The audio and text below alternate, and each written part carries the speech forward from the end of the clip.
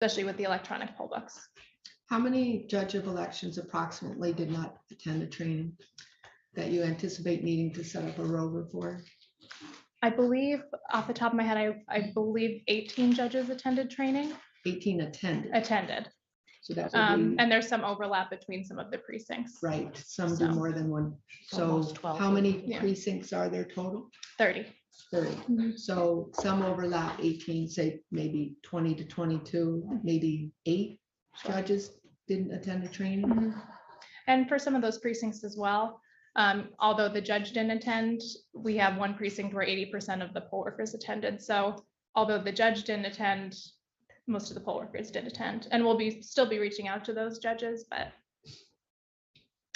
So you're contacting all the judges who didn't attend. Yes, yeah, Did and we're they- encouraging them to come in. And just for the public's knowledge, we spent extra time, correct? And I know that we talked about this in email, but for the public's knowledge, we spent extra time, correct, on signatures on the provisional ballots and in training and making sure they were aware that they could end up affecting someone's vote if they don't sign it. Yes. Okay, all right, and then we also, with the, do we have all of the polls covered for the special election as far as workers?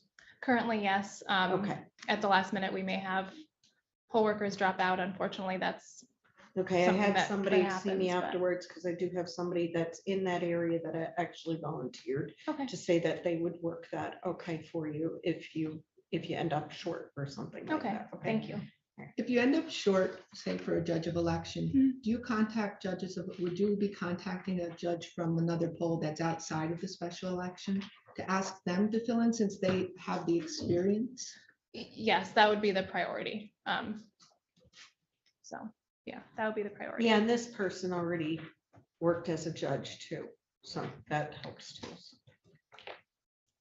The SEAL team completed the sealing of the machines today. Obviously, it's a little bit of a smaller election, so it didn't take as long as it typically takes. So that's been completed. Electronic poll books are set to be tested next week. Our vendor comes in on Monday, and we are still awaiting news. I spoke with the Department of State today regarding the Libertarian candidate who is currently not on the ballot for the special election. We're not sure what's going to happen, but it's in the court's hands at this point. But the Department of State is, of course, advocating that counties have already had their ballots printed and completed LNA testing at this point. So again, we can't control what the court decides, but we'll be keeping in close contact with the state on that one. The mail-in ballots are already mailed out. Yes, they started going out on Friday. And again, for the public's consumption, we are using paper ballots for this election, Yes. correct? Anybody else? Anything else? So the Libertarian candidate could participate as a write-in then, right? Theoretically, they could participate Well, as if a they're not write-in. on the official ballot, they could participate as a write-in. That and of course, if the court rules in the candidate's favor, they would be actually placed on the ballot at that But point. that would be after the fact because the ballots are already printed and sent out and we'll have them back in, right? We'd So probably have to issue replacement ballots. That's a time, okay, that's a challenge. Yeah. Well, that machine will go all day long because it's a slow machine. Make for. It's a slow printer.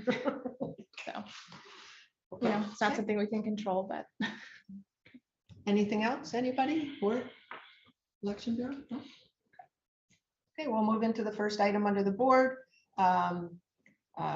Best practices for Luzerne County Election Board and Election Bureau, cooperation in election matters, budget review, election equipment purchases, hiring process input. I put this on the agenda for information, discussion, and possible board vote. For this board and future board of elections, I think it would be good to have a resolution put together that outlines these three matters. Have the resolution or resolutions created, adopted, and posted on the Board of Elections resolution webpage. Budget review, again, election equipment and purchases and hiring process input. Going forward, I think it would be good for the board to set a goal of defining and posting any of these resolutions for any issues, not just these that repeatedly seem to be coming up. So we don't have to keep having conversations about them.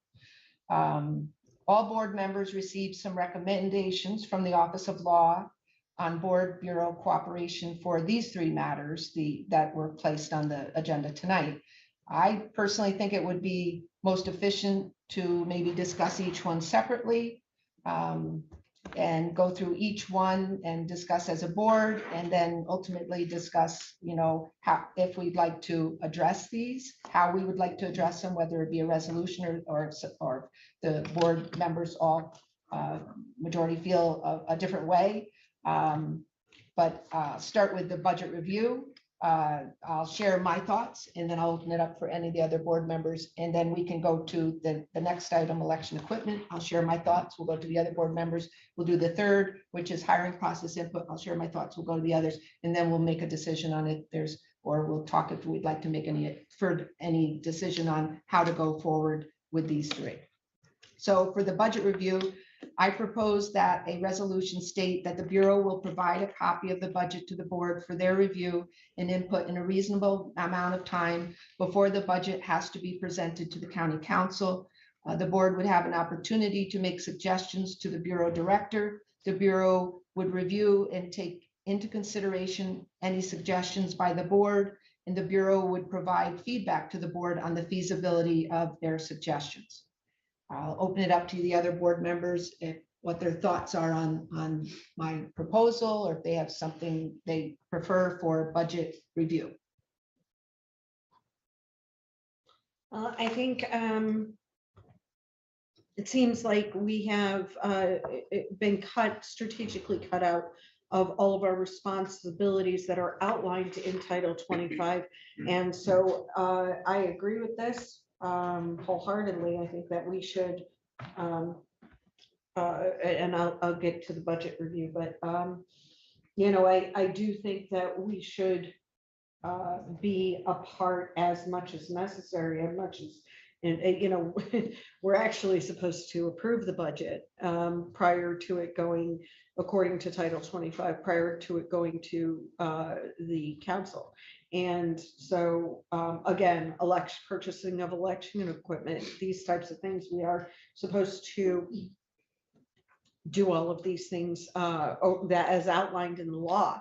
And so I'm a big proponent of this, and I've been saying that for a long time. So I agree with you. Budget review, I think. And can you review that? Can you read that one more time? I apologize. I just wanted to hear it one more time. I'll just condense it. Proposing that a resolution state the Bureau would provide a copy of the budget to the board in a reasonable amount of time before the budget's presented to the county council. And we as a board would have opportunity to make, after reviewing, make suggestions to the Bureau, and the Bureau would review and take into consideration any suggestions by the board.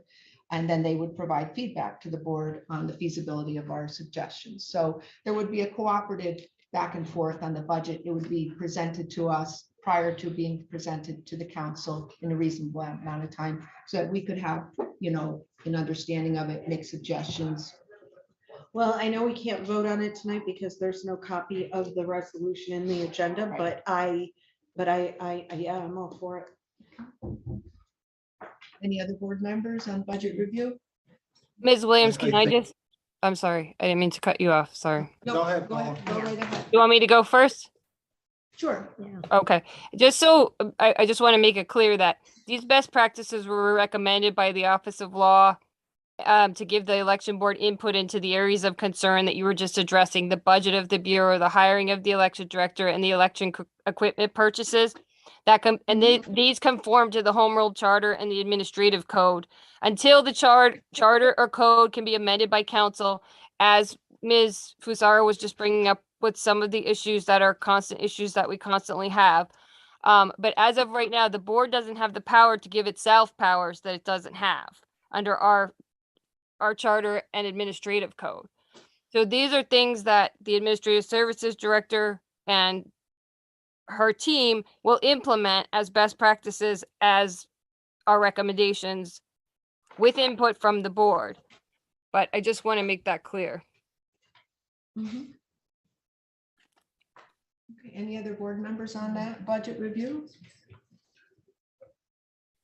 I think your definition of what you're looking for with the budget review is applicable to all of the other I agree. parts.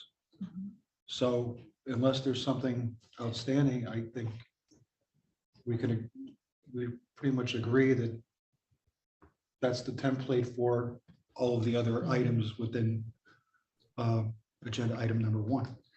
The only difference is with the election equipment purchases, the proposal for that one is that any purchases over 25,000 that the Bureau is considering in that have to be presented to County Council for approval, would first be presented here to the board, and the board, after discussion and an opportunity to ask questions about any purchases of that amount or more, would vote.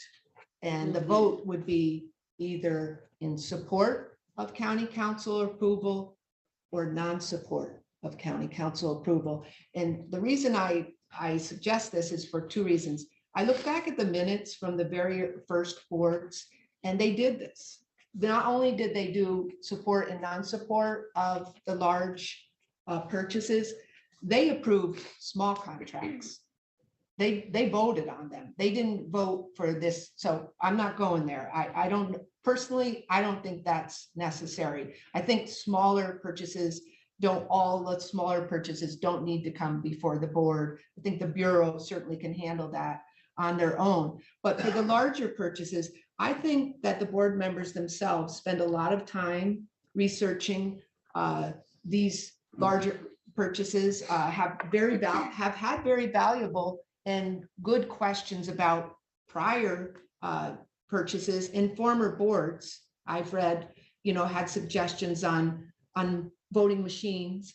And so, like I said, I think it gives the county council some information to go with when they're approving. It's a cooperative, it makes it a cooperative effort, not just between the board and the Bureau, but the board, the Bureau, and the council. So the council has this information from the board as well to take into consideration when they're voting on these as well. So we're all working together on maybe a purchase of a new type of voting machine. And so if the board itself is saying they don't support this, there's probably, and that's a majority vote, there may be some very credible reasons why the board might not support that. And I think county council should be aware of that without it just going from Bureau to council. So that's why I added that. I did not add a support or non-support of approval for the budget review or the hiring process input. The hiring, I'll just review the hiring process input and then I'll open it up and all the board members can talk on anything.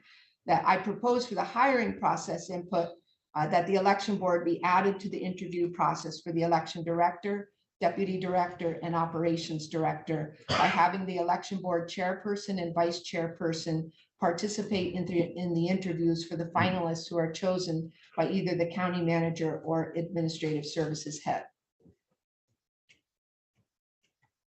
Now, I might add to that, and I didn't do that in my write-up, that say, like, we have a bipartisan team for the chair and the vice chair, a Democrat, Republican. Certainly, we don't have bylaws that require that. We've done that. Say a future board had a Republican and a Republican, maybe a thought would be to say a bipartisan team chosen by the board of 2 members, the chair, and then someone from the other party be part of that. So that's just a thought that came to my mind after I put this together. So I'll open it up now to whether the other board members feel that the ultimate question is, I would like a resolution made up for these that the Bureau leadership, as well as the board leadership, would sign and agree to this cooperative effort of best practices, as our solicitor just said. I think it's a good practice for not only this board, a cooperative effort moving forward, but also for future board and bureaus to know because there's changes, how these things are done. So that's enough said for me. I'll turn it over to everybody else. And I agree. I think that, until things are changed within the administrative code, I think that we need to start working together with the other departments in the county and really, I like I said before, I feel like we were just cut out of everything. And I don't know whether that's because they were afraid we would say no, but nobody even asked us. And that's what caused a push-pull. It caused almost an aggressive climate because we were being X'd out of everything. And I think all of us felt that, at some point. And so working together with everybody, I think would be, really advantageous for all of us, getting everybody's input, especially, with the hiring the hiring process input, because there are people that are applying now who have been working in the bureau and the office in the past. And those types of things, that could be invaluable to you and to HR and stuff, that the working relationships between people that are on the board currently, and things like that. So I think that, the election equipment and stuff, I really do. I think that, taking things into consideration, budget review, there's things that, we want to add to the budget. We've talked about it, as a board, we want to add certain things to the budget and we're not even being considered on this, and that's a challenge in itself. So I really do agree that a partnership with everyone will make for a really, really great working relationship instead of just everybody trying to go over everybody's head. And that's my, so. Any other board members?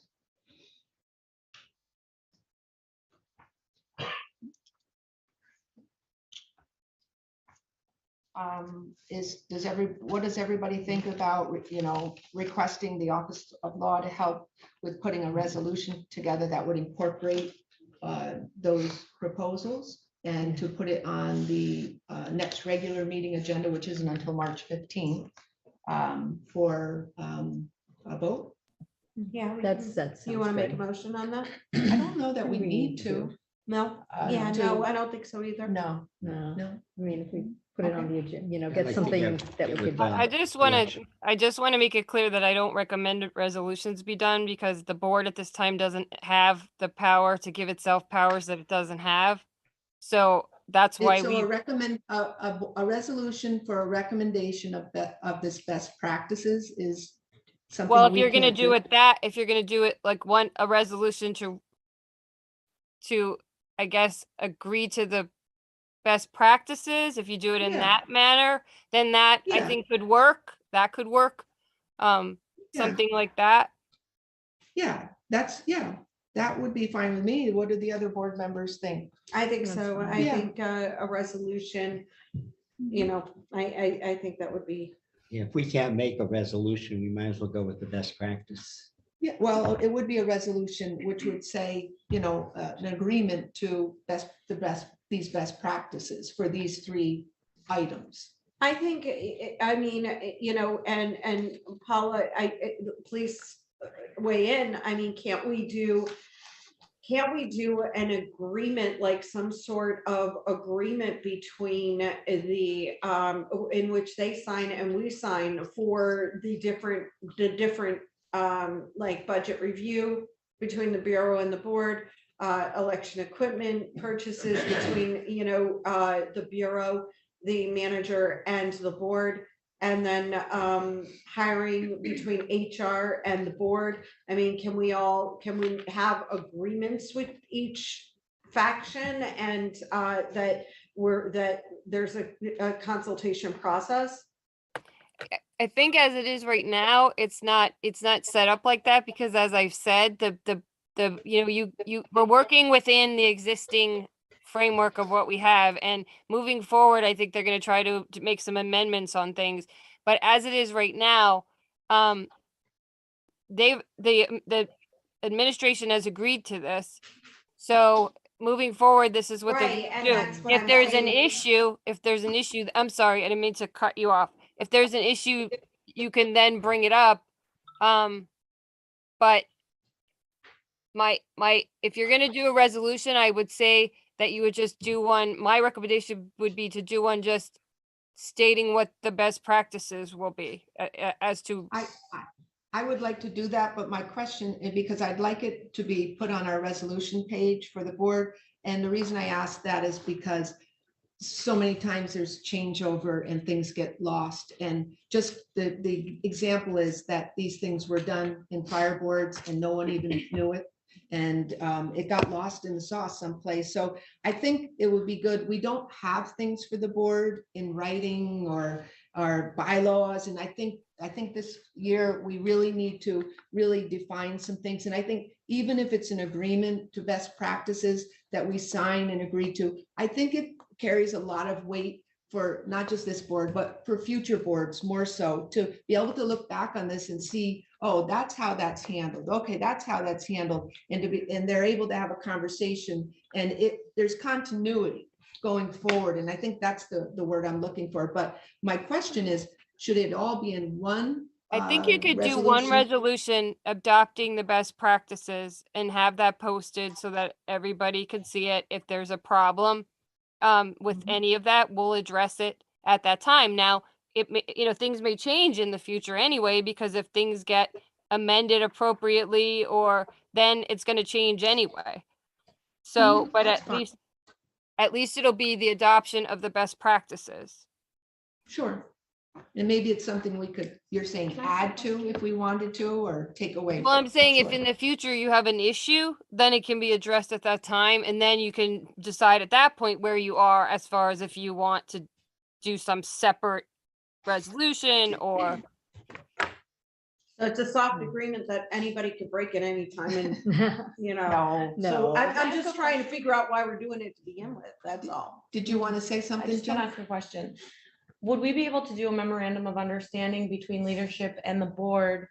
And then upon any change in leadership, a new MOU would need to be done? I would agree with that. I would think that would be good. I don't know. That's what I'm saying, like an agreement. Yeah. That's what I'm saying, like some sort of agreement. So you can do something where- like that, right? That would be a memorandum of understanding. But like, you understand my issue with the resolution is Yeah, because yeah, we that, have like, to. Go ahead, I'm sorry. just to take out the component of the resolution, Right. we could do the MOU. And then if leadership changes upon the first board meeting of the new leadership, that would have to be something that the board would have to vote on again. So it was consistent until anything would change with the administrative code.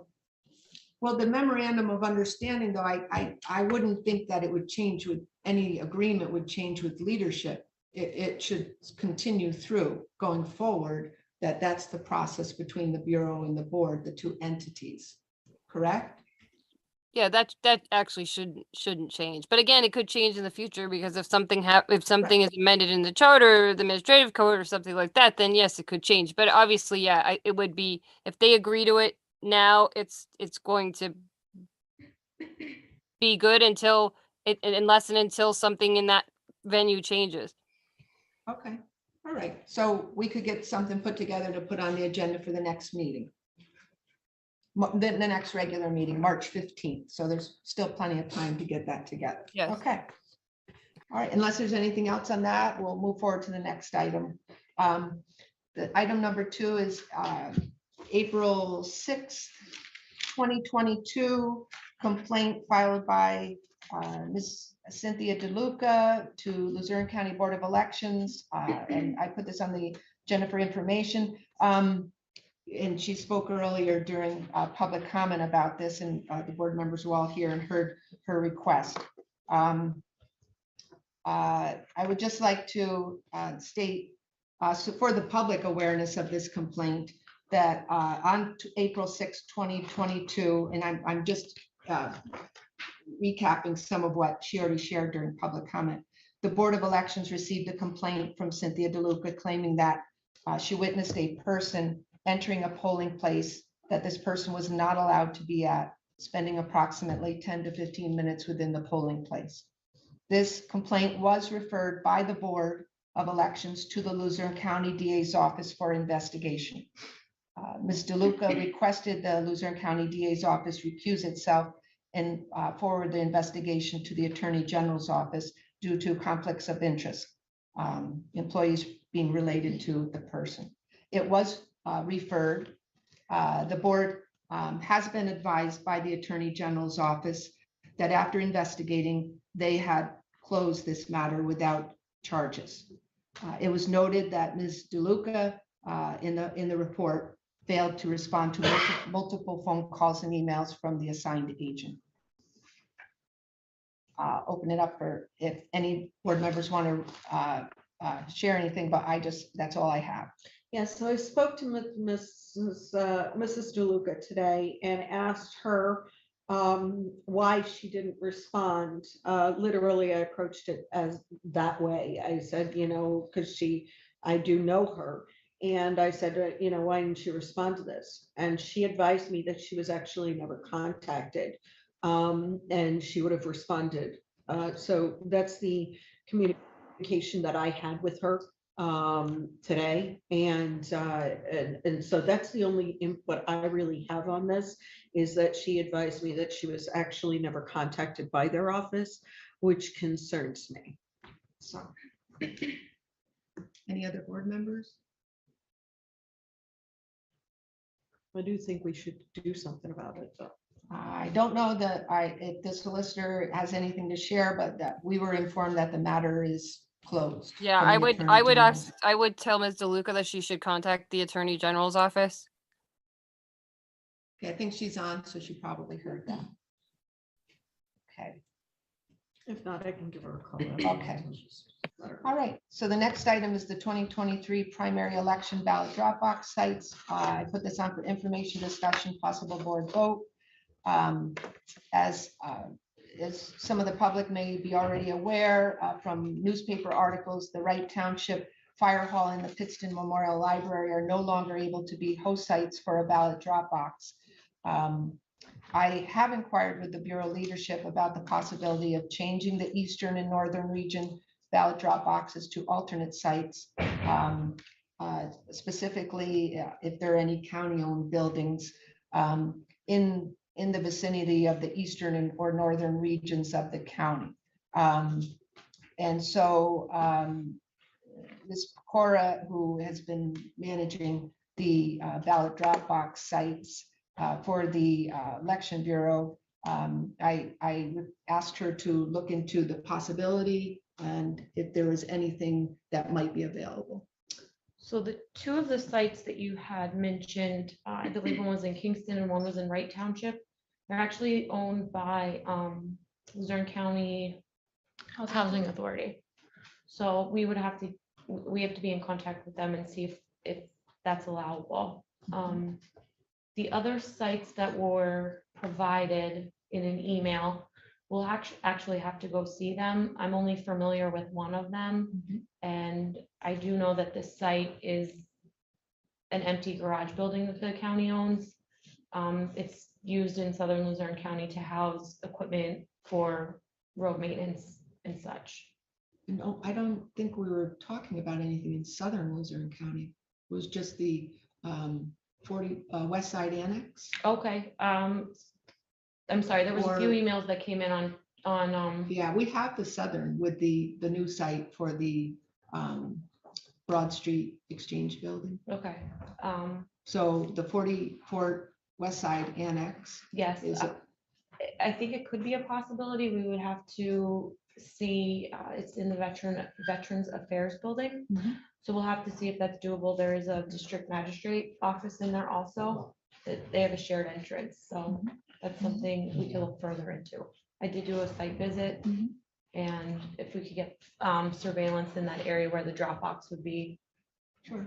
The other one, for the housing authority, the Right Manor was the site I asked if you would correct. check into in Mountain Top, which is very close to where the firehouse was. It's almost right across the street. Yes, yeah, and I did check it out, and the vestibule area would be an excellent spot. I think maybe the residents would like to have it, and I think they also get seniors pick up meals there, so any seniors picking up a meal could also bring their mail-in ballot if they wanted to, so it'd be a win-win. But those were two sites that came to my mind, the West Side Annex and the Right Manor, because that one is very close to the site that people have already used up in Wright Township. Were we not included in these emails? I As a board? inquired with Jennifer to look into it. No, I didn't include you. So you Did I do- need you- to? Yeah, I think so. If we're looking into different Dropbox Well, sites, I think that we as It a was, board it need wasn't to a know matter about of, that. I was doing it for the board. I was requesting the information for myself to find out if they were possible before presenting it to the board, which Well, I'm I doing think- now. Well, Wright Township has banned Dropboxes. No, I they know haven't. that. No, they Yeah, haven't. they actually passed a resolution. Have you read the resolution? Yeah, Because I have read that. it and all it is it's the same resolution that's similar to the county council resolution. They initially, the people who presented it wanted it as a band and they put up that, but then they changed it. And the one that they approved, it says that it's requesting the state legislature to ban ballot drop boxes and mail-in ballots. And so it's not a Wright Township ban on ballot drop boxes.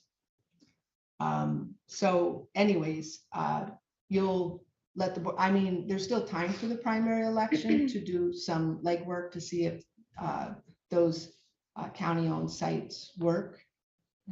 okay, and I wasn't finished speaking.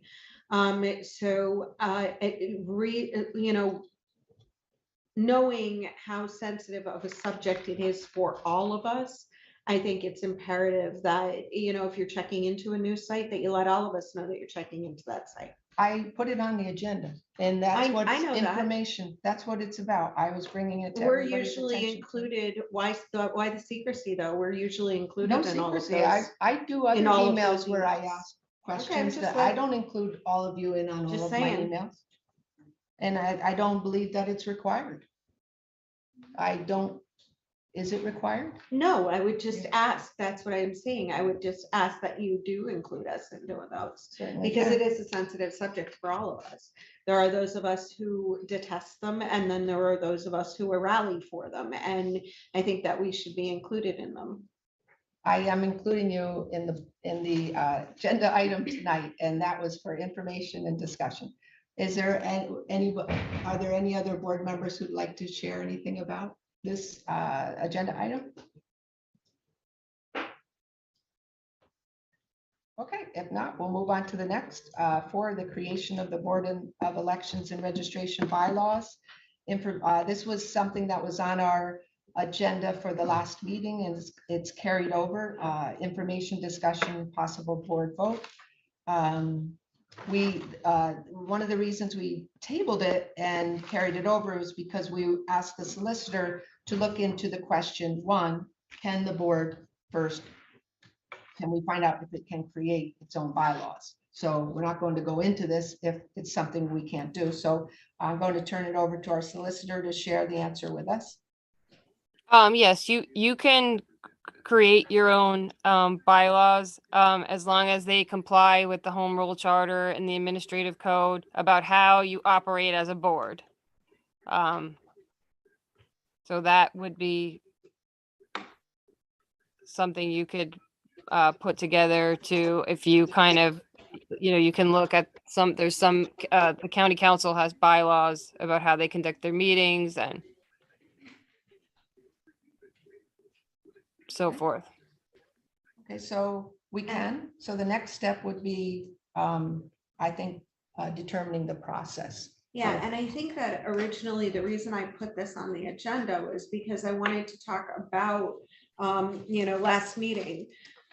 I wanted to really, I think the real reason was that county council has bylaws with how they conduct meetings, how they conduct themselves, and how things are done, you know, as far as who creates the agenda, how those things are done and why they're done. And it also gives incoming members of board it's you know, kind of a blueprint to follow, and allows everybody to be able to have our own policies and procedures. A lot of other boards and committees have bylaws, you know, running meetings, whether we should do work sessions, when work sessions are necessary, when special meetings are necessary, what protocol to follow, things like, you know, adding things to the agenda, what date they should be done, if, you know, all kinds of things. And also, you know, how we should run meetings to begin with. And I think that's it will be a help for all of us. So that's the original reason that I had placed it on here. And I think that, you know, we should spend the next few months, whether it's we put it together, you know, one question and we kind of hash it out, or one subject and we hash it out, and or we each put in, you know, get put in charge of an item. I don't know what the best way to do this is.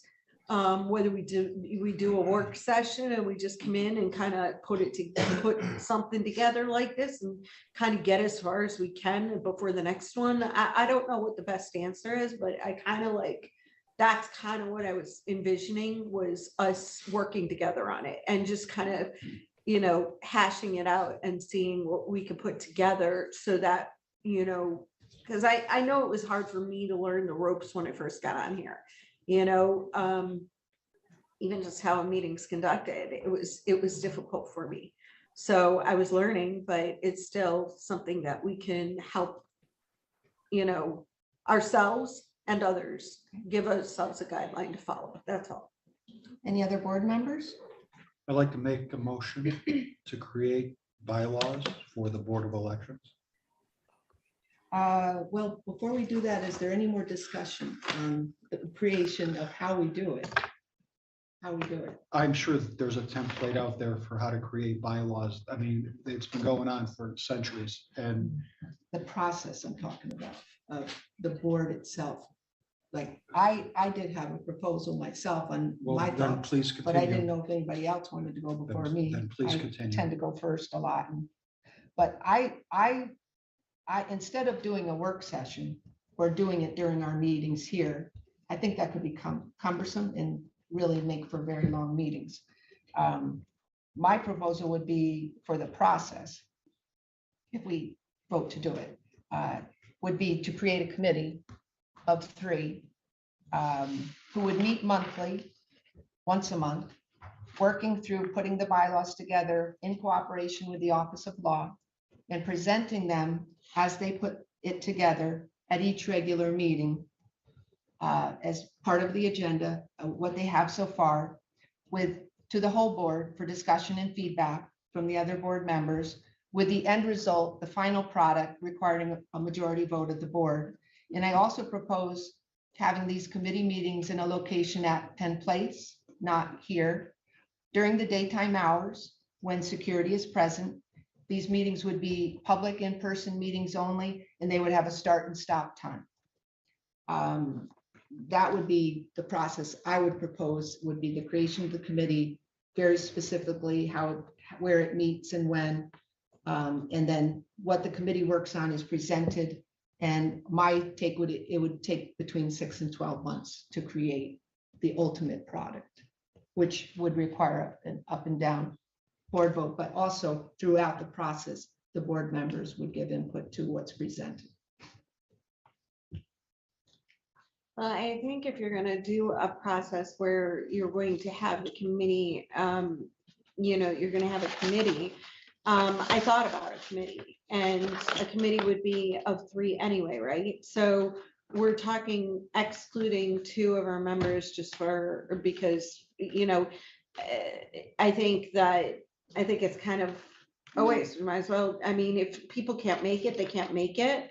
But I mean, I think as long as there's a majority there for that meeting, I just think it's kind of, I don't know, I think it's kind of silly to just do a,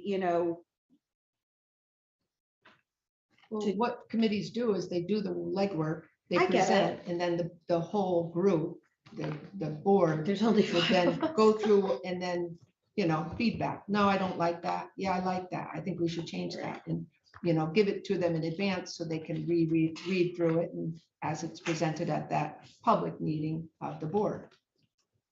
I mean, do all the board members want to be on the committee? Is that a committee? That's another board meeting. I don't know legally then what the dynamics of that, can that just be at Penn Place, like during the day for all of us? Can any of us show up? And I'm thinking of the sunshine law on that. I don't know.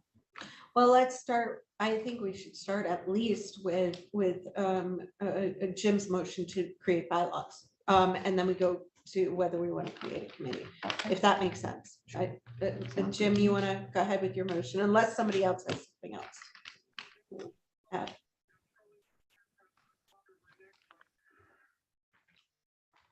I make the motion to create bylaws for the Board of Elections. Is there a second? I'll second. Second by Ms. Fasaro. Roll call vote. Ms. Fasaro, Yes. Mr. Mangan, Yes, Mr. Schramm, Yes, Ms. Cernia, Yes, and Ms. Williams. Yes. The motion passes unanimously, 5 yes, for the creation of bylaws for the Board of Elections and Registration. Denise, you want to make yours? Sure. I'll make a motion for the formation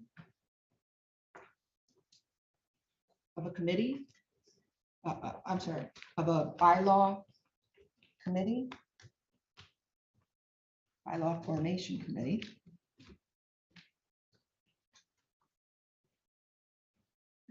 That would include 3 members of the board.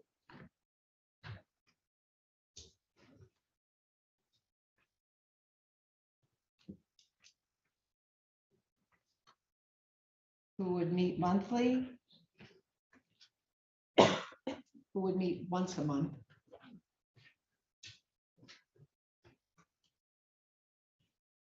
And present their work for approval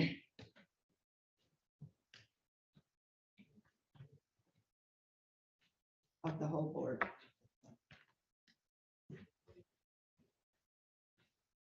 Is there a second?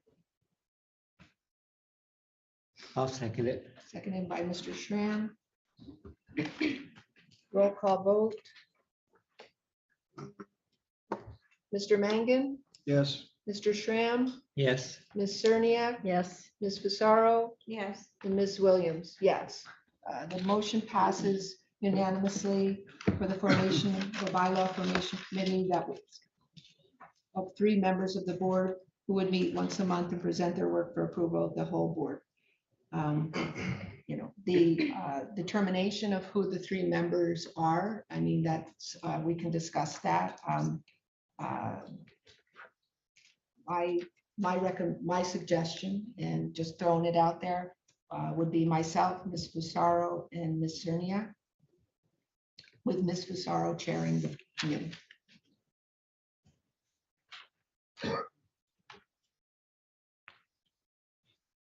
I'll second. Okay.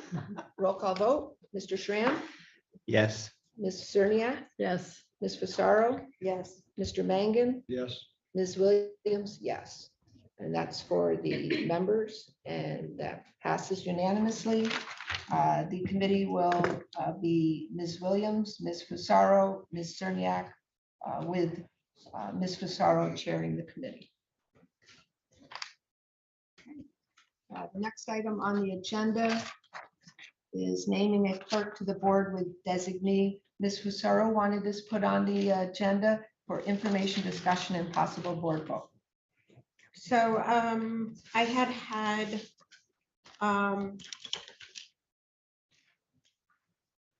I think that we're just, if we have to, we can put this off till next meeting in order to pass,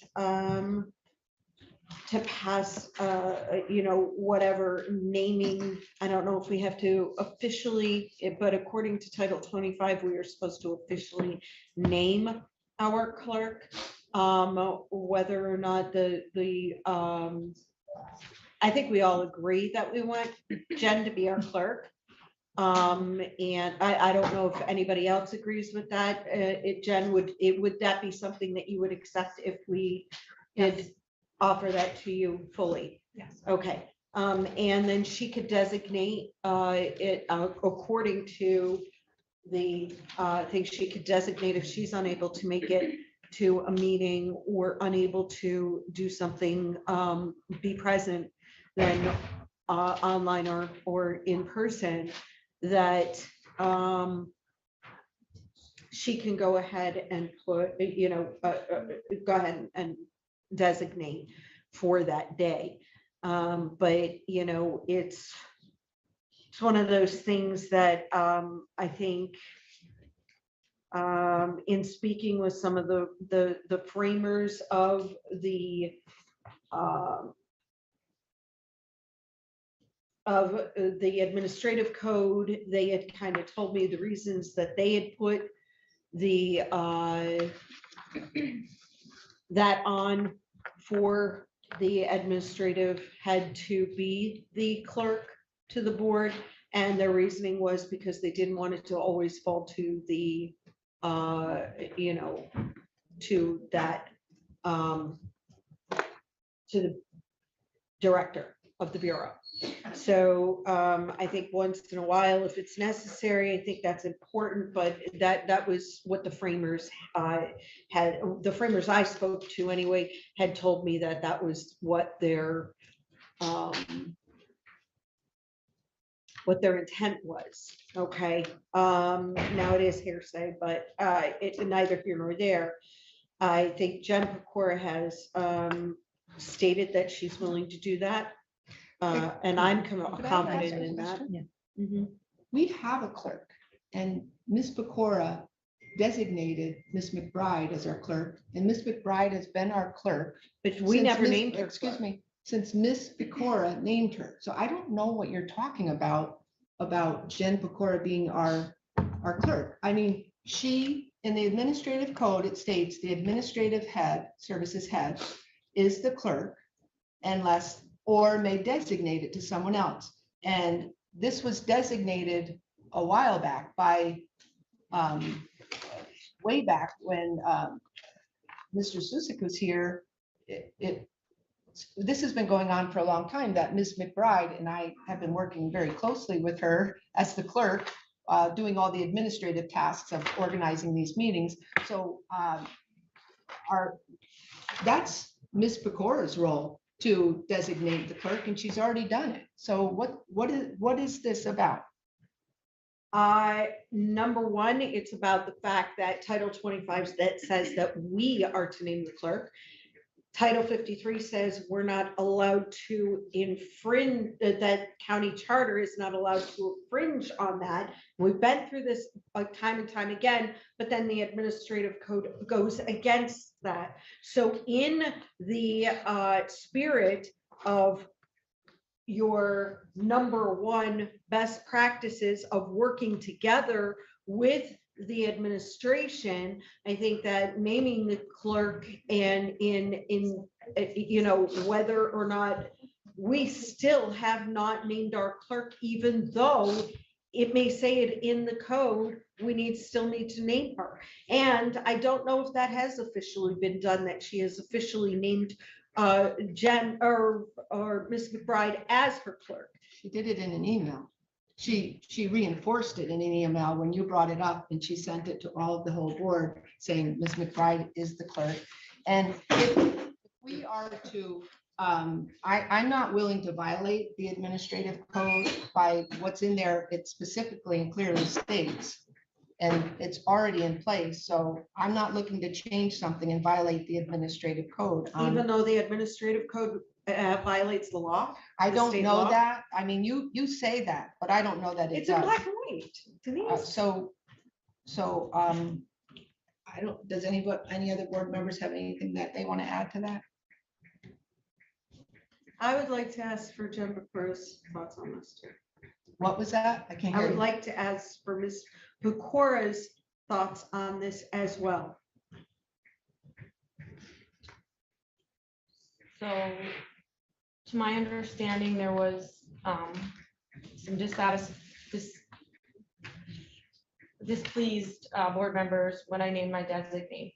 I was asked if I would do it, and I said, if you feel strongly about it, yes, I will do it, and I will pick someone as a designee in my absence.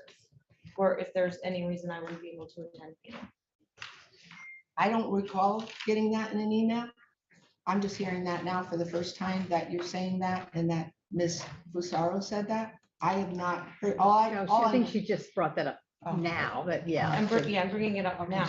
Yeah. If we put it, we're talking about it publicly, it was mentioned, so we're talking about it, whether it was in an email or not.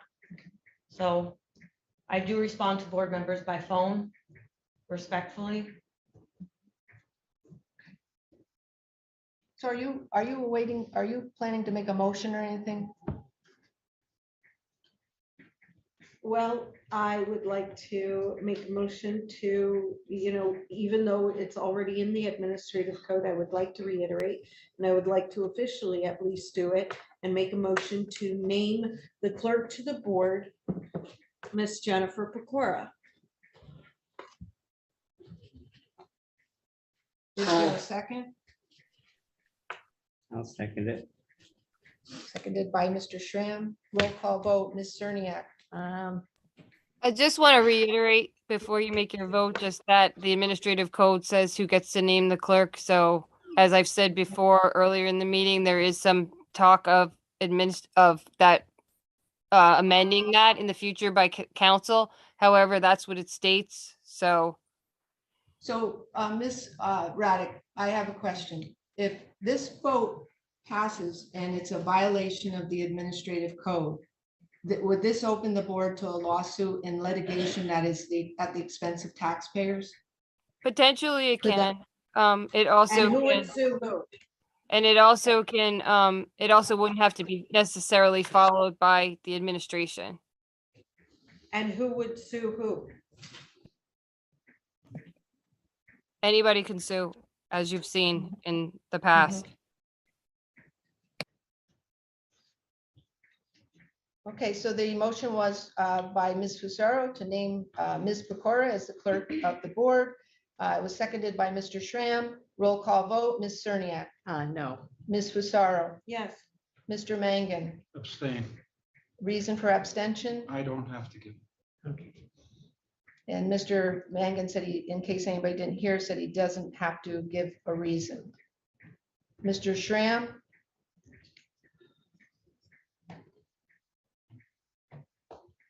Yes. Ms. Williams, no. The motion fails. 2 yes, 2 no, 1 abstain. The next item on the agenda is the Hazelton area election day chain of custody concerns.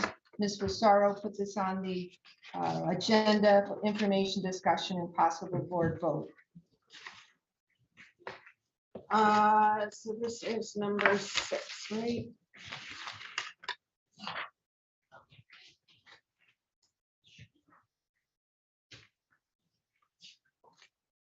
Okay, so I would like, I think it was mentioned in the last meeting that there's a midpoint or something with a handoff for a Hazelton, with the Hazelton handoff I have in my notes. Please explain how this works for those of us who don't understand what's going on with the Hazelton or Lower Luzerne County on election day and how that is handed off to somebody waiting in a parking lot.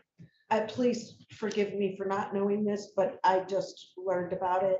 And I think did somebody mention it in our last meeting? And that's why I wrote it down. It did I think it come was up. mentioned in public It- comment or It something. did come up, but my concern would be for security reasons to disclose. Yeah, don't question. disclose where.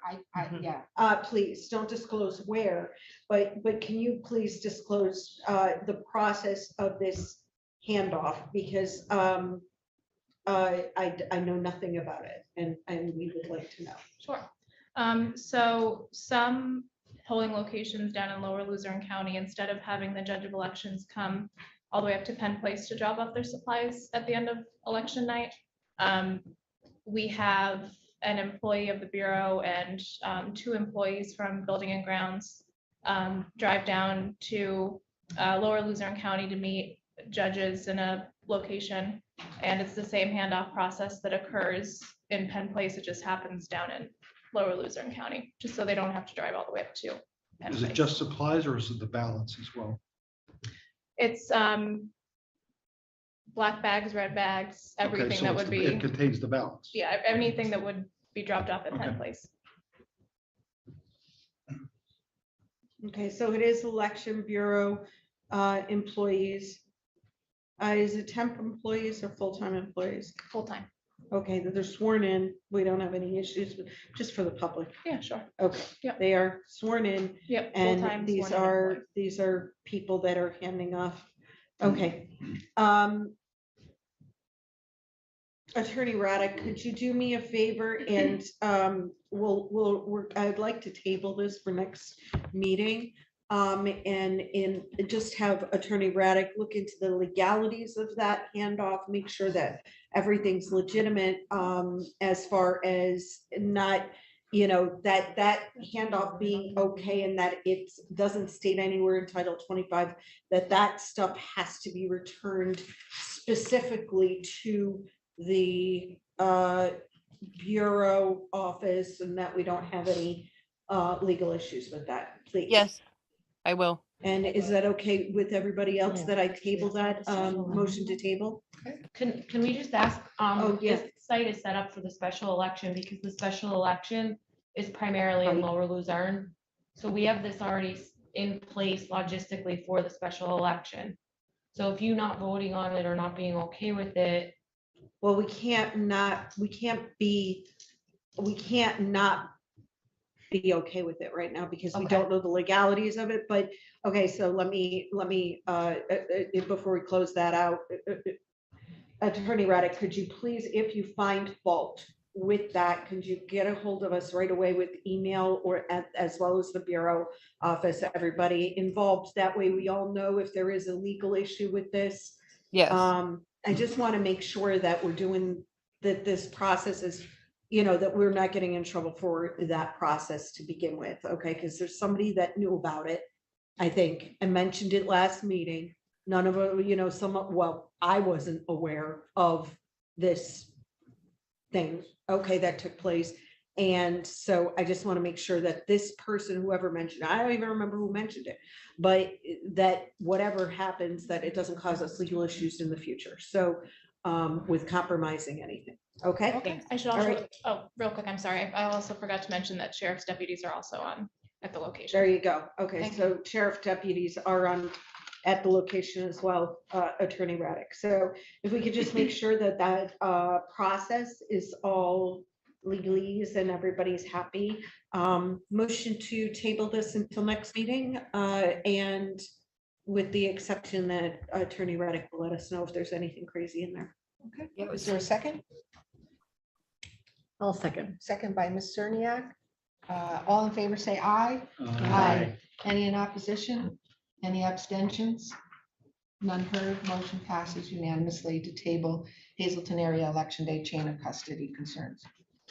Okay, number 7, policies and procedures of Bureau and manual, information discussion, possible board vote. I'll turn it over to Ms. Fusaro. We'll put this on the agenda. So I put it on last agenda. And originally it was going to be, we were talking about sealing and deploying of machines, which we're going to get to next, but initially, when we were talking about these, we were discussing about a manual that's in the works, that has been in the works for a long time. I'm talking about different, policies and procedures that, everybody's kind of piecemeal together, and the thought of putting a manual together. We couldn't vote on this last time because Alyssa forgot to put in their possible board vote. And so not only would I like to see a manual created, but I'd also like to see, have since that is our main role, is to do policy and procedure for the Bureau of Elections, or so I've been told since I got on this board, that I'd like to see this implemented. I'd like to see us go forward with something that every director can follow, that it makes it easy to simply do a quick search in the internet, or not in the internet, in this document, and find what we're looking for, or what they're looking for, or, different things that can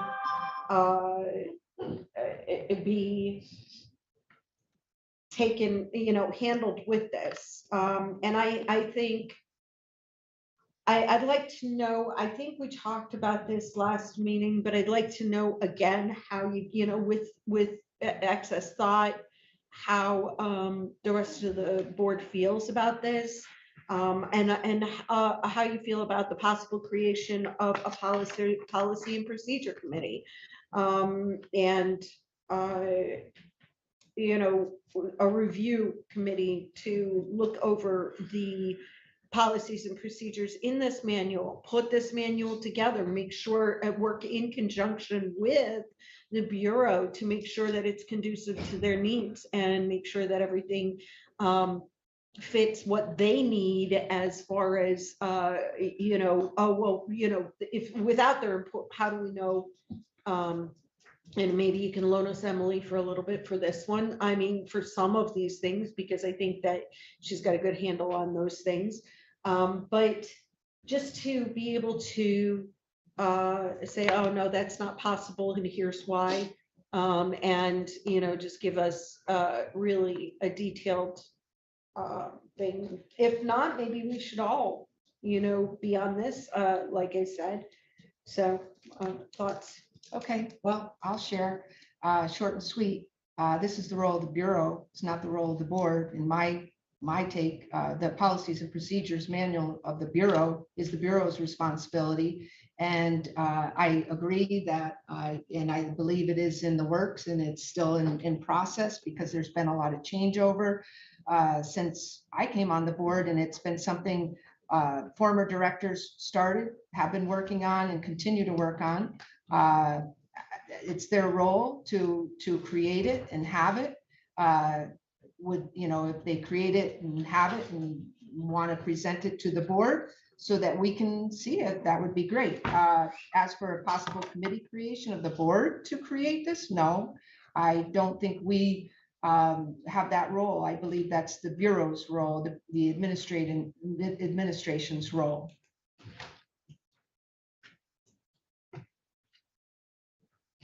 Any other board members? I'd kind of like to stick to our bylaws committee at this point and do that. I would like to see something, because I understand that there now are some kind of written procedures that have been created. I mean, I would like to be able to see what progress has been done so far. I don't know how, whether I come to the Bureau to show this, or if there's something that could be emailed. And we are open to that. There's just a lot of sensitive information in there. Logistics, security. We don't want to disclose the pickup site for security reasons. So I think, like, coming in to look at it in the Bureau is fine. I don't know about sharing it, that it would get out into the public for anything that could possibly affect our elections in a negative way. And what would we who would disclose locations and things like that? You know, as far as the, I'm not saying anyone in particular, just as a whole, you know, every email is subject to right to know, so. right, and I'm trying to find the portion of, does anybody know the section of this? I'm trying to find the section for the. Well, while you election. look for that, do Mr. Schramm or Mr. Mangan want to share anything? They haven't had an opportunity to share their input on this. I would just prefer that they prepare the manual for themselves. And if we want to have an opportunity to go over and look at it, that we can go over then, look at and see what they have, what the procedures would be.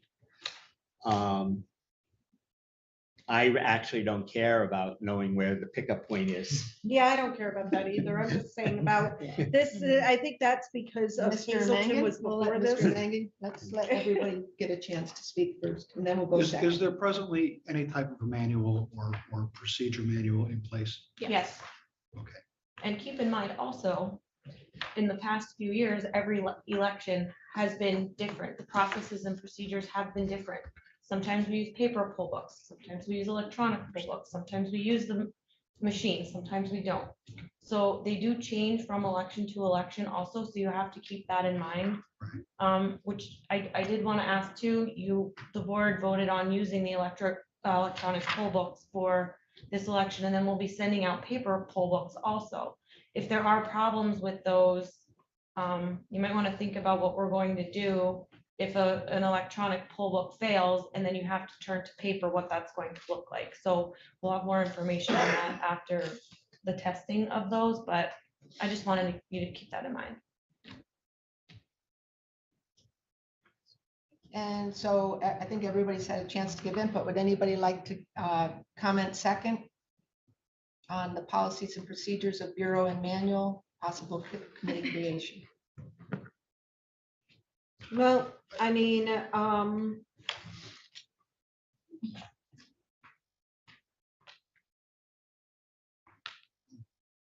under this, I did have another thing that I wanted to discuss, and that is,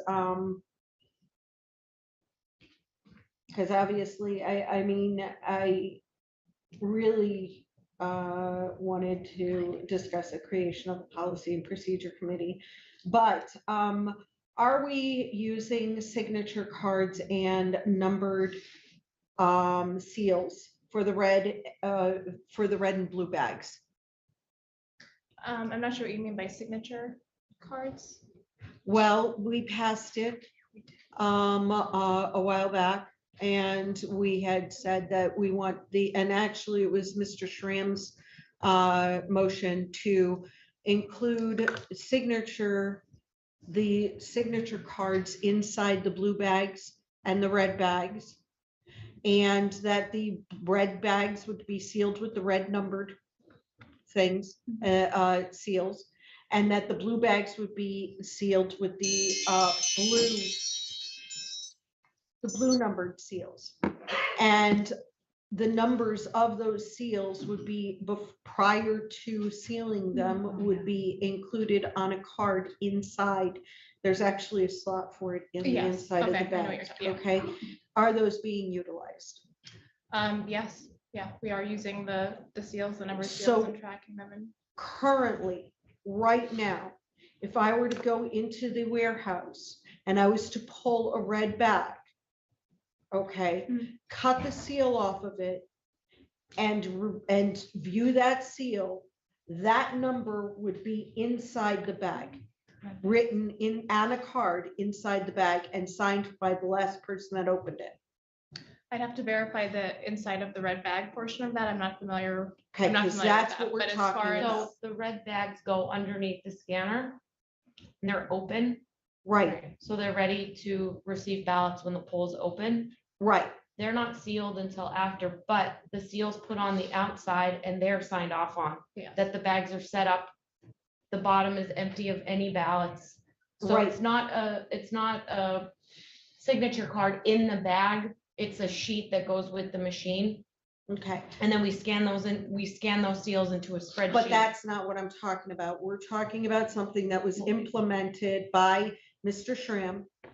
He brought it up, well, it was implemented by the board. He brought it up that it was a great policy to sign, to have these. So these number cards, they're a card. They are signed or initialed, and the number is written that is on the seal that it locks that back, okay? This is something that obviously is not being done, but what I'm saying is that's what we were talking about with the red bags. In fact, we ordered special blue ones for the blue bags, okay, to seal the blue bags. And that's something that needs to be done. So is that something that is being done, or you're not sure at this point? I mean, we Could I utilize. just clarify something? Because I think there's one point that's being missed here. Mhm. I understand and I know what you're saying about the sheets and that the red bags collect the ballots and then they're sealed up and at the poll they sign. I think maybe, and Ms. Fusaro can correct me if I'm wrong, is the purpose of the card was when they're opened back at the election bureau and they're unsealed, anyone that then opens a red bag has to sign the card inside to say it's open, because they could be opened, counted, resealed for a recount, for a question of a red bag or something wrong in it. So anytime a red bag is opened and closed, that red seal, there should be an accounting of who opened that bag and signed on the card inside. Is that what that was about, the card? Are you talking Yes. about deployment of the red bags or receiving them No. back at the bureau? When No, they're at the neither. bureau is really what it Yeah, is Coming for. back. This is, Okay, they I'm sorry. have, that they're was at my the bureau. misunderstanding. I'm sorry. Yeah, no, when they're coming back, they have been sealed with a red tag. They have been, that number has been written on a card that has been placed on the inside of the red bag or blue bag, whatever it is. And then it's been, prior to it being used, sealed, brings it back. You guys open it, you check it, you sign as well. Yes, this is the same number, okay? And then it's just to verify that the contents were not damaged or used prior to from point A to point B. Then, once they're sealed and they're put into the cages in the warehouse, okay? Then they're sealed with an additional red tag. That red tag number is written down. And if it's ever opened or recounted, okay, then it is signed out. They verify when they open it. Yes, this is the same one. Okay, so it's never been reopened. All right, they sign on that second line. And then they write, when they seal it, they write that number down. And then they put that they sign off on it again.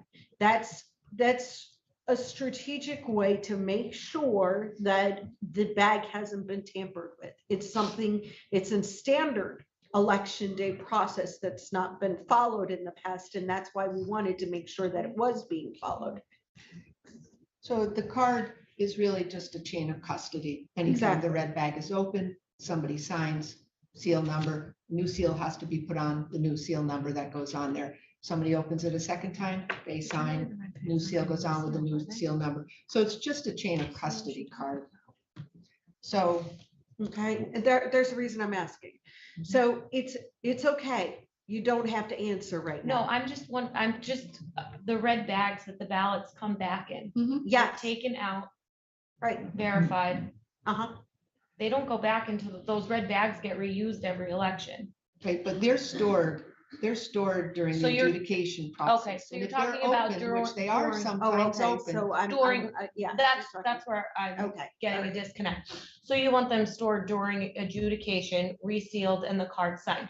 Well, we haven't done that in the past because. The this card was would only all- be signed if the bag is open. Yeah, Well, right, but you're asking if that's being done. We haven't done that since the last election. So that'll Okay. be done going all forward. right, so here's my point to all of that. Okay. That is a policy and a procedure that we passed as a board. Now, I wasn't trying to drag this out to cause a problem or anything like that. It was to make a point. We passed that as a policy and procedure. We have in the past passed policies and procedures. That's our role. And that was told to me that that was our role. And I can go back and check the minutes. And I can, and I will, if I have to point out that we have passed policy and procedure in the past for the Bureau to follow. That was our role. Now, if we don't have that as our role, please pray tell what we are doing here, because that has always been our top role, is to pass policy and procedure for the board Okay. or for the Bureau. So are my- you interested in making a motion? Yes, I'd like to create a policy and procedure committee of the Board of Elections and Registration. Is there a second?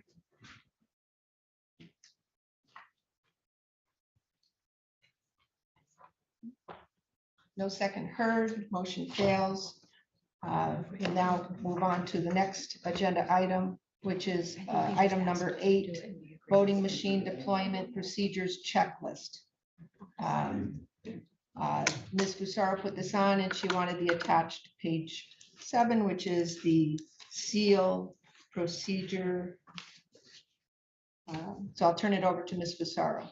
Well, we have the seal procedure checklist that we were handed, and I think that it needs signatures on it so that the person who seals it is therefore responsible for what they have, and that's the page number 7. Responsible for what they've done. So they sign off on it and date that they did in fact do number 1, do number 2, do number 3, and just go down each list and sign off on each one of these things.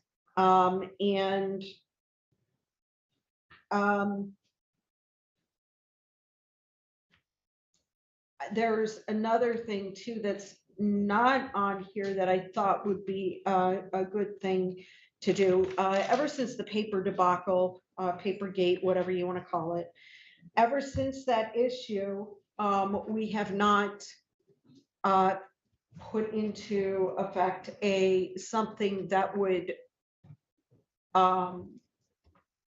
protect this. Now, according to, actually, we have the person here, Mr. Grantede, these machines, once they're sealed, can be opened.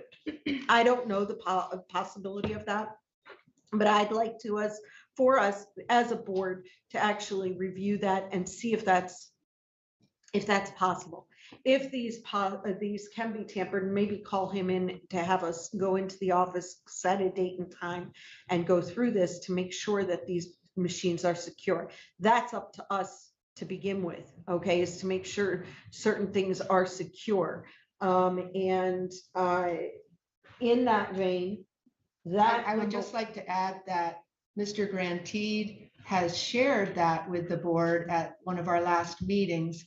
I contacted Mr. Grantede and the board was all in cooperative email with this. And he shared that he had opened up one of the voting machines at the poll as a poll worker, and he had concerns about it. And he was connected with the district attorney's office since this is under investigation. And that has now, that he is now part of that investigation, and that's not something that the board is taking part, that's in the DA's hands he now. still has not shown them how to do that. That's between the district attorney. So we're and just Mr. going to Grantede. allow the machine to be tampered with until the DA takes a hold of this and actually gives us a report on this. Are you kidding me? Mr. Did you Grantede really has just been say that connected you're with just the going to district allow attorney's this office. to be the machines to be tampered with, and Mr. Grantede can't show us how these machines can be tampered with so that we can prevent them from being tampered with? You really just said that. I think we need to allow the district attorney. to That's a complete paper his investigation. with That's the Mr. Benton. paper investigation. I'm talking about preventative measures to ensure that these machines are not tampered with in the future. We don't know what happened during the paper issue. I understand that. We're not talking about that. We're talking about something moving forward, a preventative measure moving forward to ensure that these machines are not tampered with. Are you, and you're going to block me on that? Ms. Pissarro, let's get back to what your point is. For My this point agenda. is that we want to make sure that there are things in place to ensure that that there's a checklist, that this checklist is followed, people sign off on it, and we know that that's number one, taken care of. Number two, that these people, that whoever's delivering these machines can't tamper with what's inside of these machines. That's number two. We want to make sure that it is secure from point A to point B. I don't think that's about investigation. That's about putting a policy in place to ensure that we have correct paper and that paper's not taken out of the bottom, or that a printer's not taken out of the bottom, or a scanner or whatever else, that it's not messed with from point A to point B, because obviously something happened. We don't know what happened. And I'm not talking about what happened. What I'm talking about is preventing something from happening. That's what I'm talking about. And we need to put stuff in place to ensure that it doesn't happen. Okay, and do you have a specific request that you'd like put in place? You're Yes, saying a number checklist. one, I want to make a motion that we investigate these machines further to see what happens and how they can be tampered with. That's number one.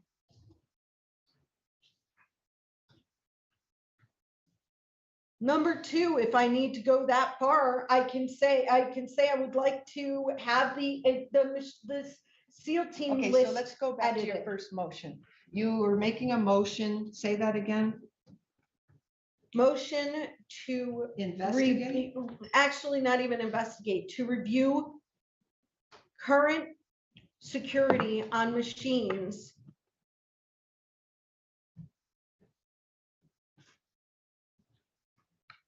and machine enclosures to ensure they can't be tampered with.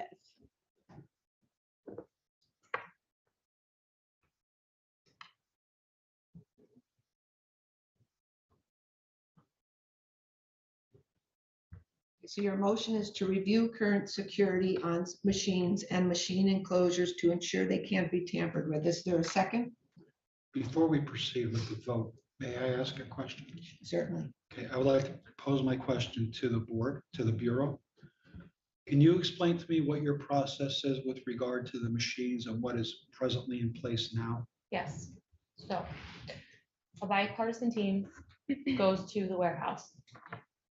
We load the scanners, check the paper for the printouts. The bags go underneath. Seals are put in the proper places with barcodes on them. The ballot marking devices, supplies are checked. The lids are sealed. The backs are sealed, the fronts are sealed.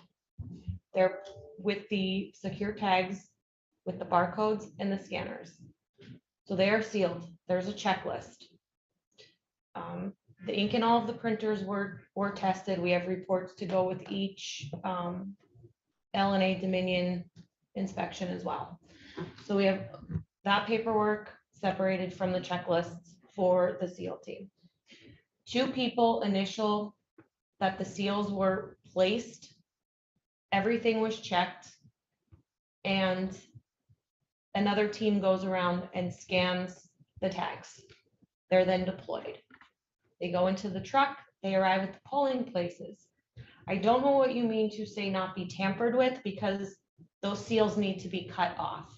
We send scissors along with the judge's bag. So we have a team sending them out, signing off on it, putting their name to it, that what is in there is what is in there. So if somebody at a poll received a machine and the tag was broken, they would be contacting you Correct. Okay. to say. So the I don't seal's want to, I broken. don't want to overstep where we are with regard to the invest. And I want to make it clear that I'm not disputing what what Mr. Grantee is alleged either, but there is an investigation with regard to that. So I guess my question is it possible that the machine to which he is referring somehow the seals on the opposite, and if I remember the story correctly, they were sealed on one side, but able to get access from the other side, that portion was not sealed correctly. So it most likely was sealed correctly. The machines are large and they're bulky and they're placed into large moving trucks. Right. So something can happen where a hinge can come off of a machine. They sometimes come back and they're bent and we have to do small repairs to them to get them to latch closed. So it is possible that they are damaged in transit to the polling locations, as well as damaged on the way back to the Bureau. So is there any policy that states that if a judge of election at a polling place should receive a machine that is damaged and compromised, that is brought to the attention of someone They would have to call the Bureau immediately.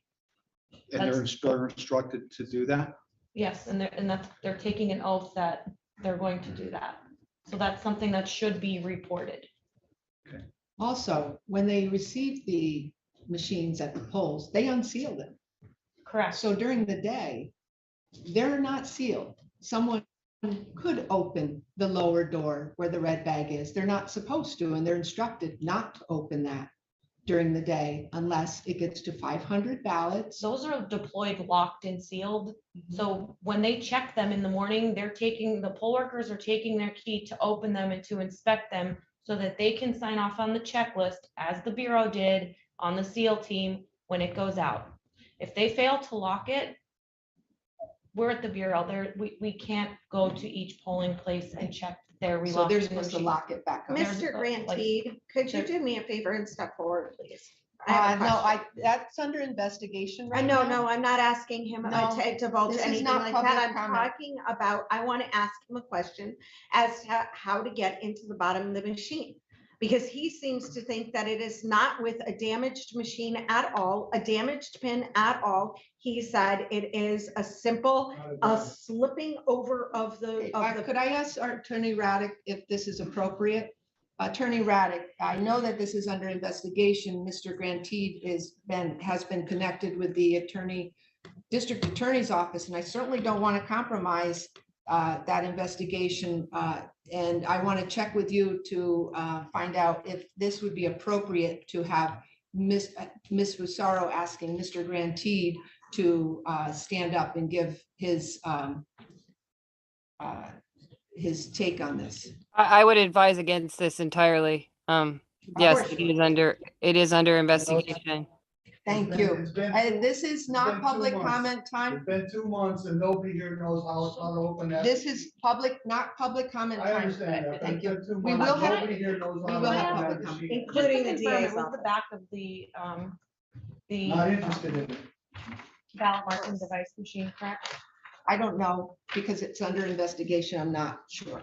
And so I think that it's best to leave that alone. Is there anything further with the voting machine deployment procedures checklist? yeah, motion to review. I was in the middle of a motion and you cut me off. I did that.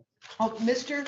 Sorry. Manny did want more information. I'm and just, I understand. I'm just, I asked the question. I just want to add one thing also before the motion, vote on any motion is, I do like the idea of a sign off checklist by the people completing, and it sounds like from what the Bureau leadership just said that this is in place.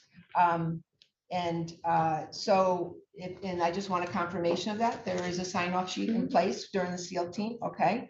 We record of them in the Bureau. too. well, I was asked for that to be sent to me. It was never just- sent to me. Well, we just finished them today. Oh, okay, so it's something new. Well, we just completed the SEAL team today, so they're completed. Right, but there is a checklist that there's a. sign This off is the checklist. checklist I was sent. There is no signatures or no room for signatures or dates on this. It's on page 7 of your agenda. There's no signature box, no date. That's what I would So like the added. checklist that we follow, it mirrors that. It just has a section to sign and Okay, Which I have- that's the reason I had asked you for that previously, so that I knew that we had that. Otherwise, we wouldn't even probably be having most of this discussion right now because I would have had the correct form, but I well, it's don't. the same information. it just But has a it's, spot but it's for- not because there's no signature or date on this, so, or no space for it. So I don't know that that is being taken right now. Would you like that to be sent to you? Yes, I would. Okay. All right. Is there anything further now? Do you want to make that motion? Does anybody else have any more questions? I don't. Okay, motion to review current security on machines and machine enclosures to ensure that they cannot be tampered with. Is there a second? I'll second. Seconded by Mr. Mangan. Roll call vote. Ms. Fasaro, Yes.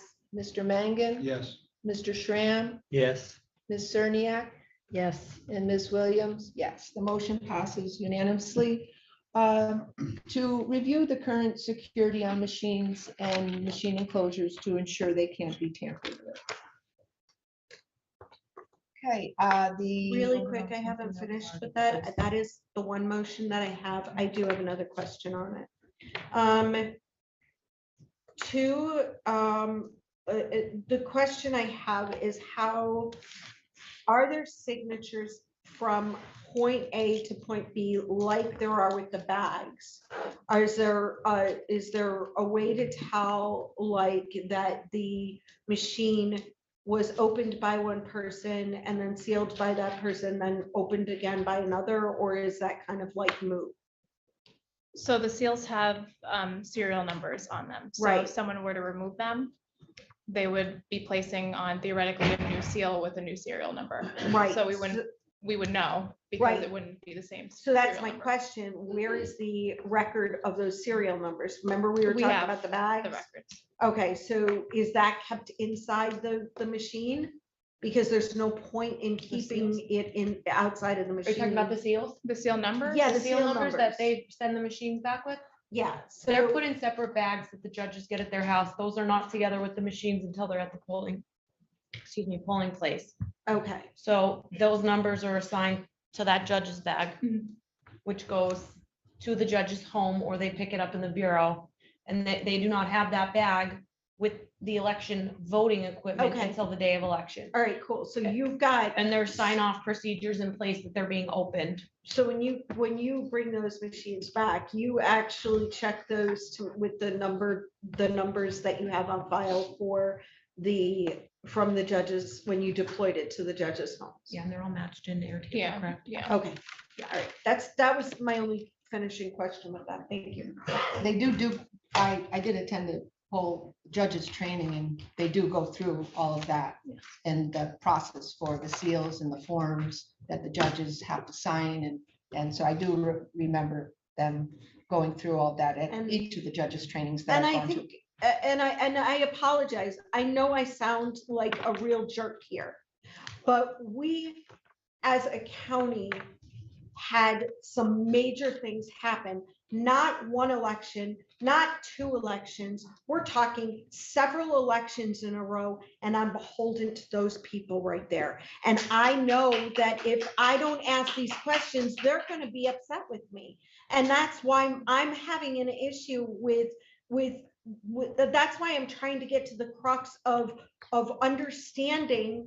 And I know I ask a lot of questions and I apologize for that, but if I get to the crux and I know, okay, this is what happens, this is what's taking place, this is the procedures we have in place for this, then I get it. Now I can answer properly and know that we're secure. That's all. You good with that now? You ready? Yes. Okay, number 9, mail-in surrender provisional ballots. Ms. Fusaro put this on the agenda. It's documents pages 8 through 14. Okay. So I have two issues. Issue one is the mail-in surrender and the spoil. We recently had a case where a voter had issue with their mail-in surrender provisional ballot, okay? And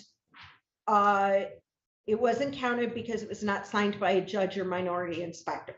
Okay. I wanted to mention this in a public forum in order to advise the public that in the event that you need to cast a provisional ballot, okay, you make sure that either the judge or minority inspector has to sign that outer envelope, okay, or it won't count, okay? And the reason being is because we are bound by Pennsylvania state election law, and that's Title 25, Section 3050, okay? So if you don't sign it, and if you're at least once, and we've made concession, every concession in the book, but if you don't sign it and the minority or inspector or the judge hasn't signed it, then we can't count it, okay? And it's not anybody else's fault, but the fact that we can't count it according to the law. So if you file a provisional ballot, it's important to make sure that those are signed. The second issue I had was just for the public, curing a ballot is when a mail-in ballot comes into the office and it is missing either a signature, a date, or it's deficient in some way, okay? And we give the voter the opportunity to fix that, okay, on election day. They have the opportunity to fix that. In the past, one of the ways to fix this was to cast a provisional ballot at the polls, okay? During adjudication of the 2022 general election, 16 of these ballots that were fixed through provisional were challenged on the grounds that they were cast illegally. So we as a board held a hearing and accepted these 16 ballots. Now, I decided to review the law, which you have in page 8 through 14 of your agenda, and review the practice of curing by casting provisional ballots and look at that further. Title 25, Section 3050, number 2, which is on page 9, says about halfway down, it states, prior to voting the provisional ballot, the elector shall be required to sign an affidavit stating the following. I do solemnly swear or affirm that my name is blank and that my date of birth is blank and that the time I registered, I resided at blank in the municipality of blank in blank county of the Commonwealth of Pennsylvania, and that this is the only ballot that I cast in this election. So that's number 1. It also says on page 10, almost to the bottom of the page, it says I, okay? And if you look down there, it says a provisional ballot shall not be counted if, and it goes to several things, but letter F says the elector's absentee ballot or mail-in ballot is timely received by a county board of elections. So I read this and I thought, at the time I was under a lot of pressure, didn't get copies of these. I made copies recently, and I've read number 2 before, and I actually said something about it in the 2022 primary or special election. I don't remember which. And I had said, that says that I attest that I'm only casting this ballot. Why can we just cast another one? And everybody was like, but I was new, so I didn't know any better. Now I know better. Okay. It seems to me that the law is very clear, and that if someone has already cast a ballot and it was received by the board in a timely manner as per the law, they should not be casting a provisional ballot at the polls. So rather than waste valuable time in an election and possible future litigation, I ask that my fellow board members consider passing a motion tonight where voters wanting to cure their ballot must come into the Election Bureau office to recast their ballots. And that is the reason that I added this on here, was so that we could just kind of, follow the law, and that we make sure that it's very clear that it says, number one, I'm attesting that I have not cast a ballot already. Well, if you did a mail-in ballot, and even though it's cured, it is kind of cast. The other thing is the ballot was received in a timely manner by the Bureau office, by the board. So, because we viewed it and we put it on a cure list.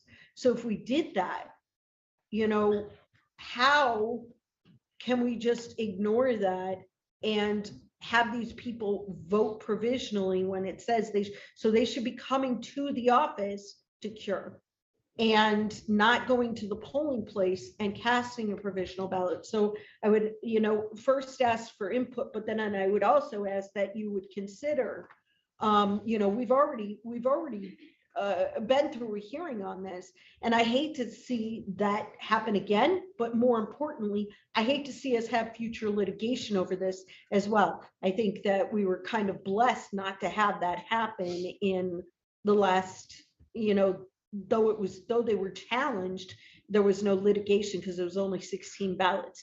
But at the end of the day, we really kind of should follow the law on this, and that is to not have it happen to begin with.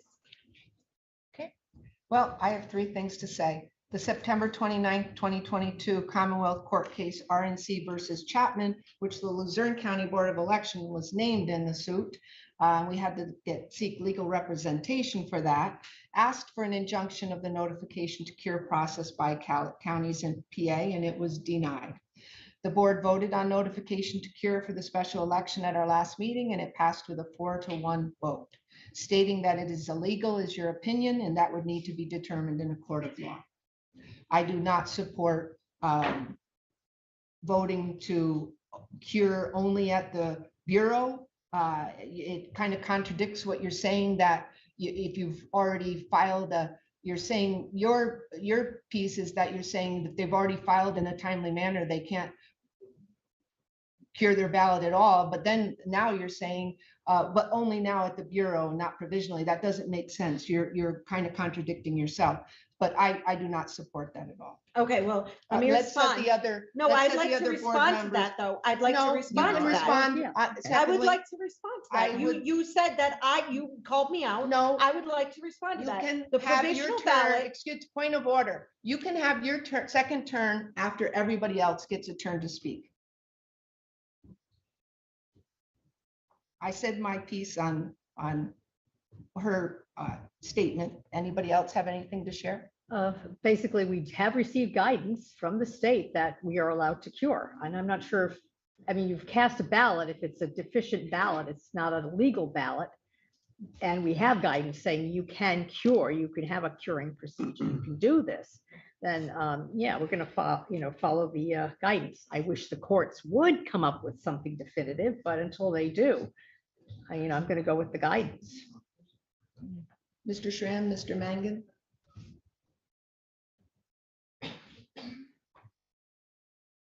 I have nothing. okay, Okay. so Second. where I was not talking about curing.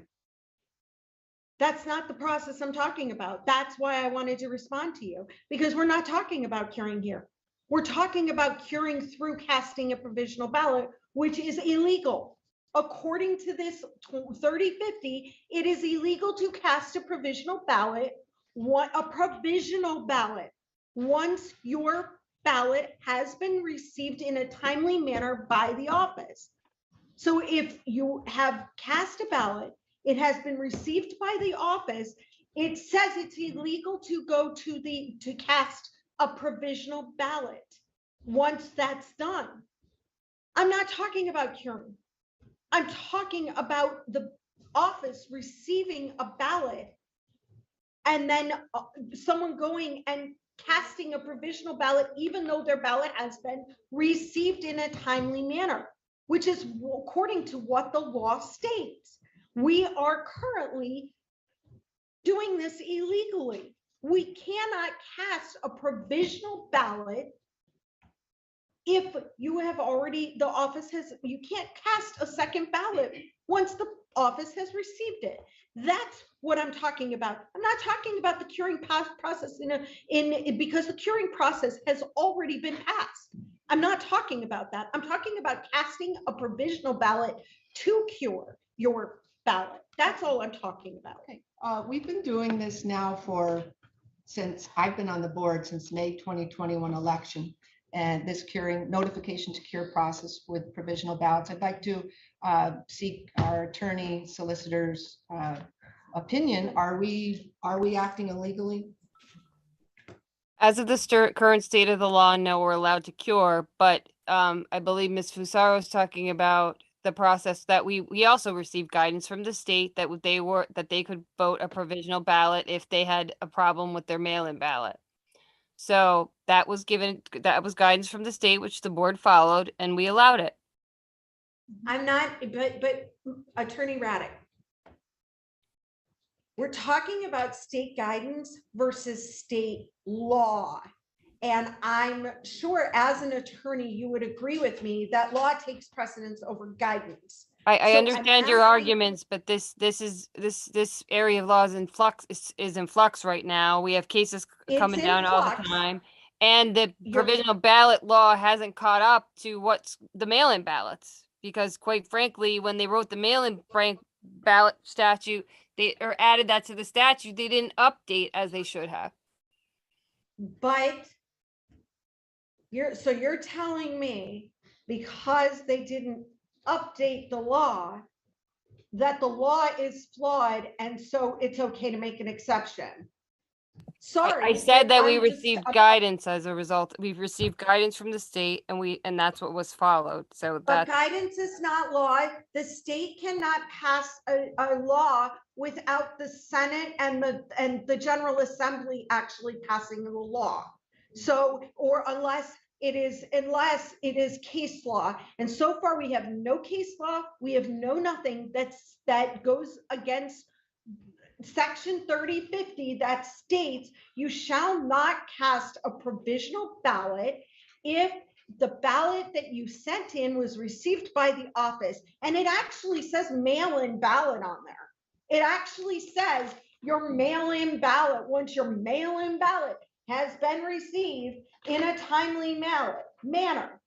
I mean, if the elector's absentee ballot or mail-in ballot is timely received by a county board of elections. So we're talking about an updated version because it's a mail-in ballot, all right? I'm just saying that the law is very clear. A provisional ballot shall not be counted if Okay, I the think you've made elector's your argument. absentee ballot or mail-in ballot is timely received by a county board of elections. So if they're sending in their ballot and now we're just all of a sudden, I just want to avoid the future issues with this. I don't understand how we can just do whatever we want because the state's guidance. I mean, the guidance bucks state law on this. Okay, is there Can I- anything you may want I- to go with this? Can Go I ahead. say something, please? Go ahead. Obviously, the curing is taking place on election day. We at the Bureau, during the canvassing process, are in possession of those deficient ballots. We create the list, we share it with the representatives of the parties. The parties reach out to the voter and give them an opportunity to correct the ballot. To avoid this issue with whether or not to issue an emergency or provisional or breaking the law, this is not going to be a favorable suggestion, I know, but I think have that voter with the deficient ballot be notified, and if they want to cure it, come to the Bureau. I know that's not conducive for everyone, okay? It defeats the purpose of them having sent in a mail-in ballot to start with, but if they truly want to cure, then they will make the effort. They come to the Bureau, they cure the deficiency, which is obviously something on the outer portion of the envelope because we have not opened it yet, and let them fix it, whether it be signature or date or what have you, and then we can proceed with the regular processing of the ballot. If they fail to arrive at the Bureau to have that taken care of, then I'm sorry, but for us to be doing this 4 months after, everybody has a valid point. But if the voter who, and I said this at the first meeting that I joined this board. We need to do a better job of educating not just ourselves, but the voters. Okay, because the voters, despite how many times we've been doing this, really need to be better informed in how to complete a mail-in ballot. So my proposal would be have the curing done at the Bureau to rectify the outer envelope deficiency, and then let it proceed without worrying about a second ballot being issued. And we're avoiding all types of altercations and litigation and whatever actions. My response to that is, that's a real hurdle for somebody in Lower Luzerne County or out in Knoxon to tell them that they have to come all the way, if you're contacting them or the party chairs are contacting them at 5 o'clock to say they have to do that in order to cure their mail-in ballot when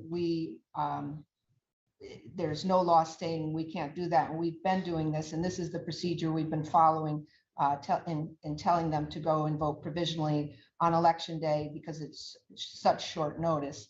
The Election Bureau is telling them to do that prior to, but to me, that's a real hurdle, and that would mean that's not helping to enfranchise a voter, but could possibly disenfranchise. So I'm for staying with what we've been doing since 2020, since before I've been on the board. That was the curing process since it started, and it's not illegal. And so I'm not for making that change.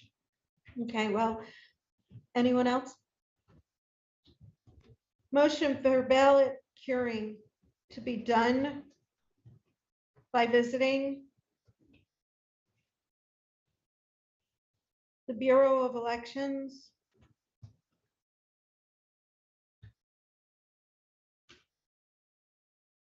and not by provisional ballot.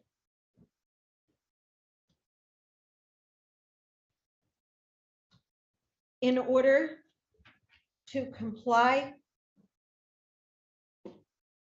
with Pennsylvania Election Code Title 25. Is there a second? I'll second it. Seconded by Mr. Schramm. Mangan. I'm sorry, Mr. Mangan. And roll call vote. Mr. Mangan? Mr. Mangan? Yes. Mr. Schramm? Yes. Ms. Cerniak? No. Ms. Fasaro? Yes. Ms. Williams? No.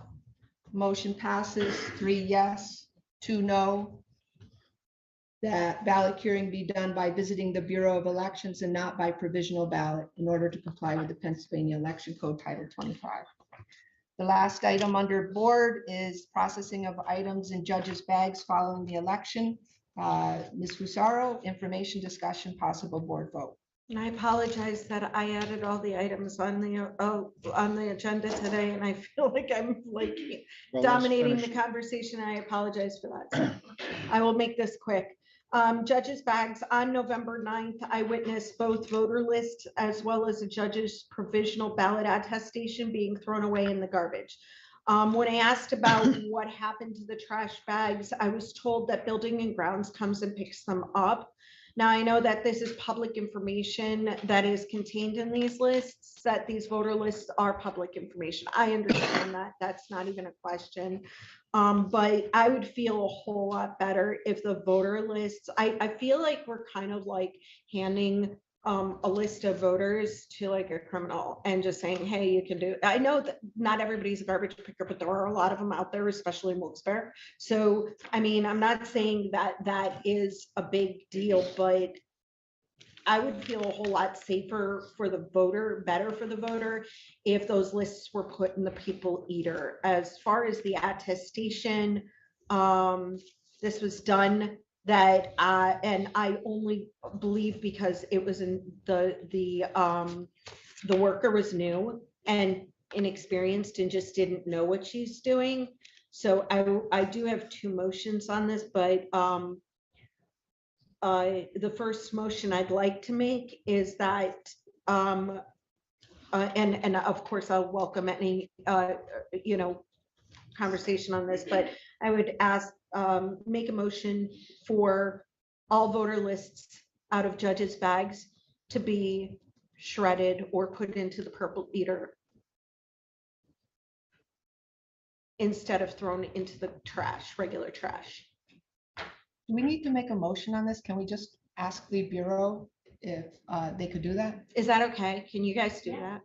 Okay, can I ask you for another thing too? Can I beg and plead that if it's a first-time employee or a first-time opening a judge's bag, that they be under the direction and supervision of a veteran staff member?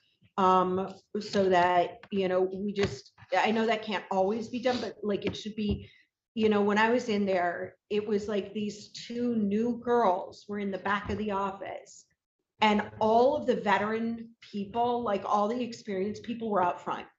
It was like, if we could just like have switched that and had two people in the back opening judges' bags that were experienced, and then the other two people out front opening judges' bags that were brand new, I think it would have been a better experience for them, because that judge's attestation never would have been thrown away in the first place, because somebody would have caught it, probably Kezia, and said, hey, listen, you can't do that. And it would have just been, it would have been caught, and it wouldn't have even been an issue.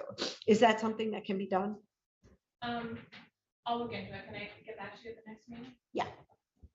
That's it. I'm done.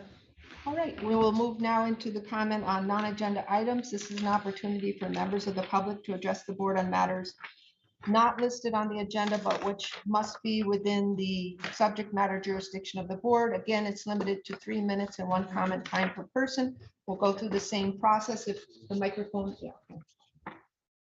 And please state, let me get we'll start with the in-person. State your name and your municipality. Go ahead. Bob Kalabowski speaking once again, Wilkes-Barre. And could I ask the attorney something? How much are you getting paid an hour and why aren't you here?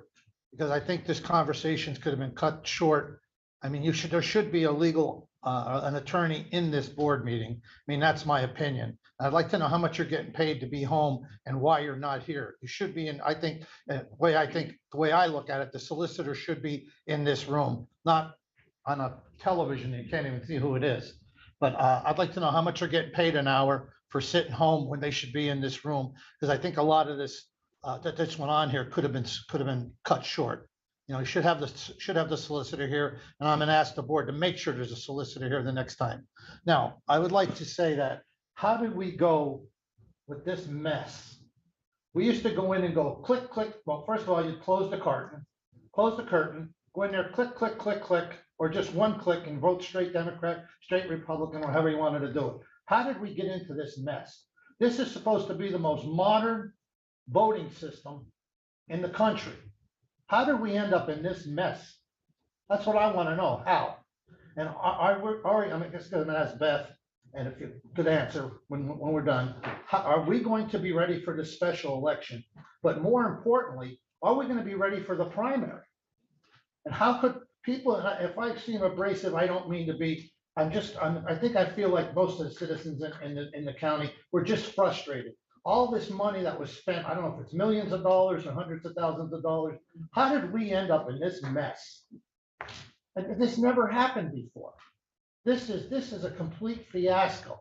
And I don't know how are we going to be ready for this primary that's coming up, or this special election, but more importantly, how are we going to be ready for the primary than the general election this year?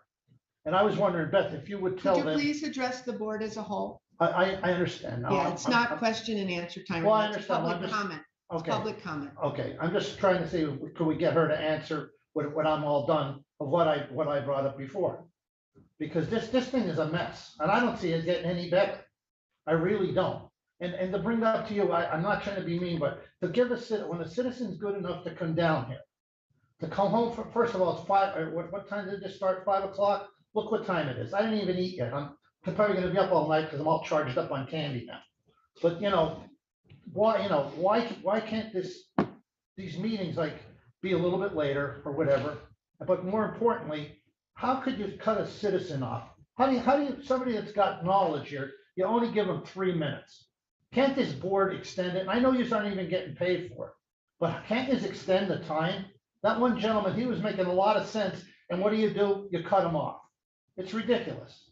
And I mean, I know you aren't getting paid, but it's ridiculous that Thank you you. cut them off. Thank Now, I you. want to, hold it, No, your time's up. Yeah. are you kidding me? It's 3 minutes. It just went off the alarm. Yeah, So do I get beat up? thank you. No, that's You're all. not gonna- Thank you. All right, well, can I get We my- want to be able to give everybody their opportunity to be. All right, well, heard. can I get my questions answered like I asked before? Next speaker, Wait a minute, I want my questions answered. go See, ahead. that's what I'm saying about being communism. Now, I was very courteous. It's Now, public comment. It's Well, public All right, should I comment. stay to get my answers? You can have a seat, please, All right, because will you answer so I don't waste my your time is up. But will you answer my questions if I stay? If someone would like to answer you, they're able to, and no one's answering you, so please sit down. Thank you. Okay, next. Nina Ropa, Kingston Township. I'm sorry, I didn't get your name. Nina Ropa, Kingston Township. I just keep thinking, wow. About 40 years ago, when I lived in Carbon County and I was working at the polls, I was a majority clerk. And the judge didn't show up. So guess who was curbside judge? Now, I didn't know much, but both parties helped me that day. Everybody worked together. And then it was November and it was cold and it was dark and I had to get in the car and drive all the way down over the mountain to Jim Thorpe. Now I did that all by myself with the results.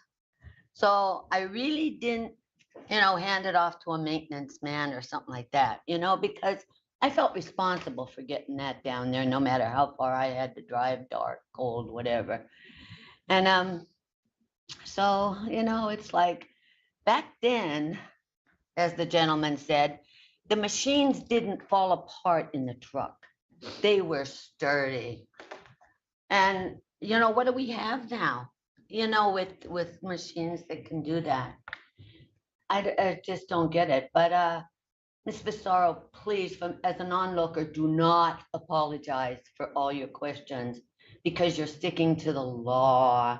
And that's what this is all about, laws and rules. Without them, we have chaos. And I know you're trying and I can see you're hitting a brick wall. And thank you. Thank you. Anybody else here? Robin Koshan, Dallas Township. I would like to thank the chair and some of the members tonight for addressing some of our public concerns and a few of the issues, offering some explanation. I too find it very frustrating to come to these meetings and it feels very one-sided. We have questions, we're asking for answers, we never get them. You look blank. We get blank stares back at us and it's like, we're looking for the answers. Are they going to appear in the minutes? When will we get answers? Very frustrating. And the board had stated tonight that they'd like to have a workable relationship among the Bureau, the board, the county. I think that's great. But we also expect that same attitude with the public. We would like you to have a workable relationship with us. We expect that also from other county employees and representatives. Now, going back to this manual, tonight, it was stated that the election changes from paper to electronic. And so the manual is essentially being rewritten each time. That makes no sense to me. In the interest of efficiency, cost, continuity, why aren't you just adding additional sections to the existing manual instead of rewriting it? It just doesn't make any sense. So if you have a manual, the other question is, why wasn't it followed in November? Because it was the most horrendous election we've had, which says to me, somebody's not doing their job and somebody should definitely be fired. Now, listening to the responses tonight among the board and employees, it says to me, with a lack of support to prevent the known election problems, when our next election is only months away, we have no confidence in the election. November eroded the public trust, it eroded our confidence, and I gotta tell you, listening to this chaos, nobody's in uniformity tonight, nobody even seems to know the law or want to adhere to the law. You have a lot of disenfranchised voters. Thank you. Thank you.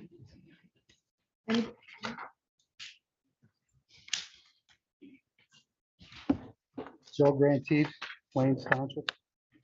I'd like to say, first of all, that it's the second time that I've heard comments about not disenfranchising people from Knoxon or out in the boonies somewhere because they use drop boxes. I've heard you protect drop boxes that way in a couple of different meetings. Mr. Schramm made a comment about the paper shortage, that if people had to go back 3 or 4 times, it was their responsibility to be there.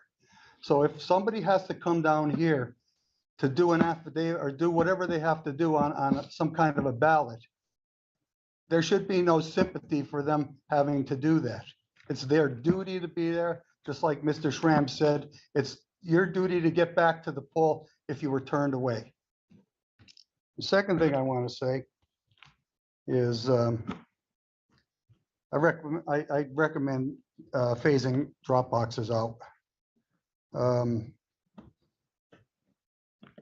It creates a unequal application of the voting process when we're going to go out of our way to make things easy for somebody in one spot and other people have to deal with whatever problems there are. So I think that it's not a good system. The drop boxes are not reliable, they're not credible, and it erodes the confidence of the voters. And speaking of the confidence of the voters, we need to do something to re-enfranchise the people that were disenfranchised, right? And there were many of them this last election that were disenfranchised. I'm one of them. I've been disenfranchised for a long time, but I still vote. And I'd like to bring up a suggestion that the people in this room, in order to regain confidence, take a polygraph that they had no prior knowledge of what happened on November 8th, that it was happening, and make it public. And yeah, I'd like to get a second on that. Could I get a second? Second. We need to regain the confidence of the voters. And it's not going to happen by having closed meetings at 3 o'clock in the afternoon,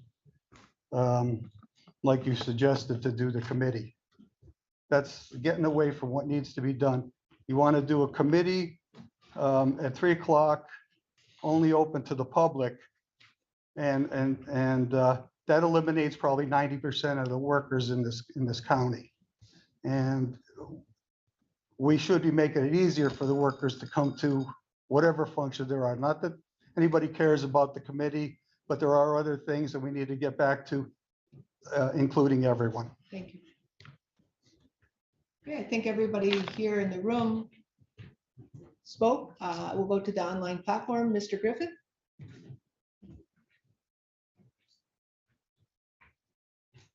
I can get unmuted. Thank you, Madam Chair. I have a couple of things that I wanted to bring up under non-agenda items. The first item is this board meeting is less than 2 weeks away from a special election. I did hear the report from the election update from the Bureau. I didn't hear one member of the board in all of our folderol tonight ask a couple questions with a special election 13 days away. Question number one, do we have paper ordered? That would be my first question if I was a board based on our November election. That didn't come up. Second question, has there been an LNA report and how did that go?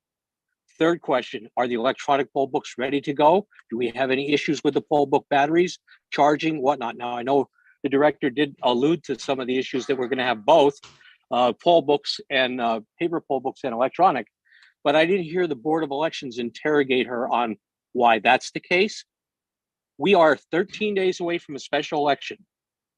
With all of the nonsense that we went through in the general election less than 2 months ago, or less than a month ago, actually, I would have thought that this board would be all over that. Opposed to all of the nonsense that not that the stuff that you discussed today wasn't important.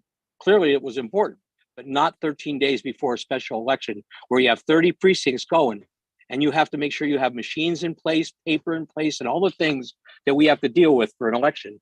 that we didn't even ask a single solitary question to any member of that bureau about what's going on for 13 days from now. This is insane. And this is a special election, and this is what the board is supposed to be doing, not interrogating policies and procedures and all these other things.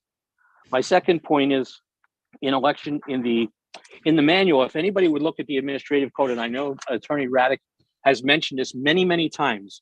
If anybody in the board, and I know Ms. Williams probably has read this over and over because she's a stickler for reading things, and I appreciate that. But if you read the administrative code, in 2 sections of the administrative code, there's clearly conflicts.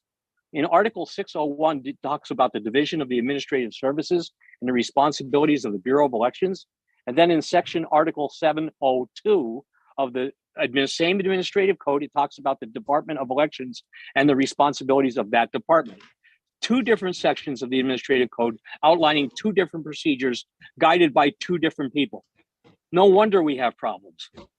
So if we have issues with this administrative code, let's get the council, Mr. Urban's in charge, have him fix the administrative code, please, so we have clear direction. Mr. Mangan abstained from voting.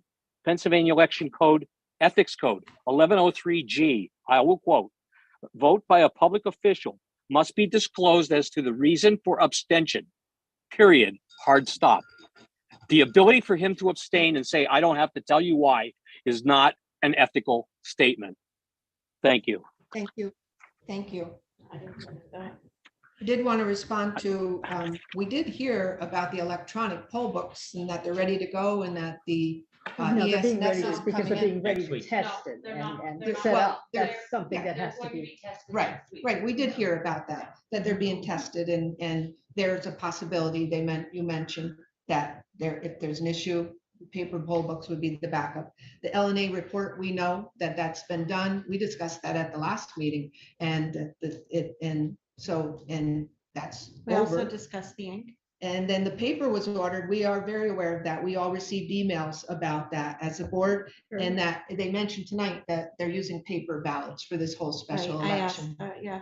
Yeah, so that did come up. I asked if we were using in the talk of interrogating, I don't think it's good to interrogate the Bureau leadership. I just don't think it's good policy at all. I think this is more of a working relationship, and that's the way I'd like to look at it, is as we're sharing, going forward together and getting through any election. And so when you talk about interrogating, those are strong words, and this is not our role here to interrogate.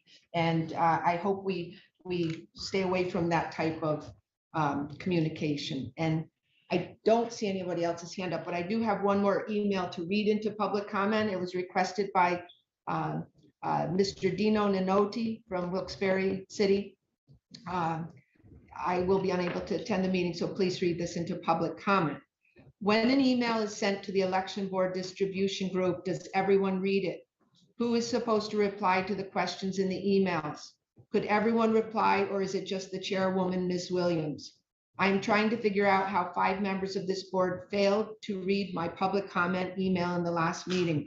Could someone explain how and why no one on this board brought up my email? What steps is this board going to take to make sure they do not violate the Sunshine Act in the future? I will respond to that. I have apologized, and I take that as my responsibility as chair.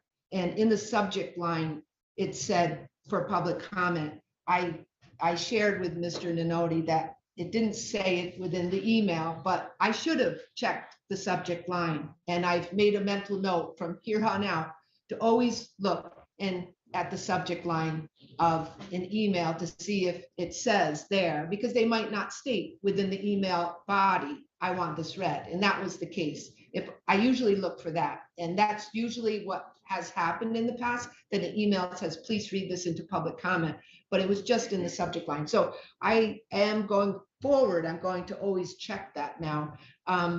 And other members of the board have caught me sometimes when I failed to, when I started to wrap up a meeting, wait, there's a public comment. And I'm grateful for that. But I think that probably is part of my role as chair to make sure that that's done. Going to work really hard at doing a better job of that. That was my oversight, and I'll take that. So And I would anyone like can to say- respond to an email if they'd like, and often other board members have responded to emails that come in. We all get an email together, all 5 of us, if it's sent to the election board. And that doesn't bother me if someone else responds. And but usually I do, and I think the board members are allow me to do that and speak to them, but they often jump in and give comment, and that's I appreciate that, and I welcome that as well. And we kind of have worked cooperatively that way. So I think that answers those questions that were all asked from that email. But again, I do want to apologize to Mr. Nanoti, and I'm always open to trying to improve myself and how I handle the chair. So with that said, is there a motion to adjourn? No, before you adjourn, can I get my questions answered? Your public comment was over a while Well, ago. no, but I mean. We're at motion to adjourn. Can I give a demonstration? Is there a motion to adjourn? Point of order. just made a motion. Okay, Ellison I just made- Ms. Fasaro made the motion. Is there a second? Is Communist, there a second? 3-minute time limit. Is there a second? I'll second. Ms. Cerniak, all in favor, say aye. Aye. Any in opposition? Any abstentions? None heard. Meeting is adjourned at 9. Yeah. Oh, I'm sorry.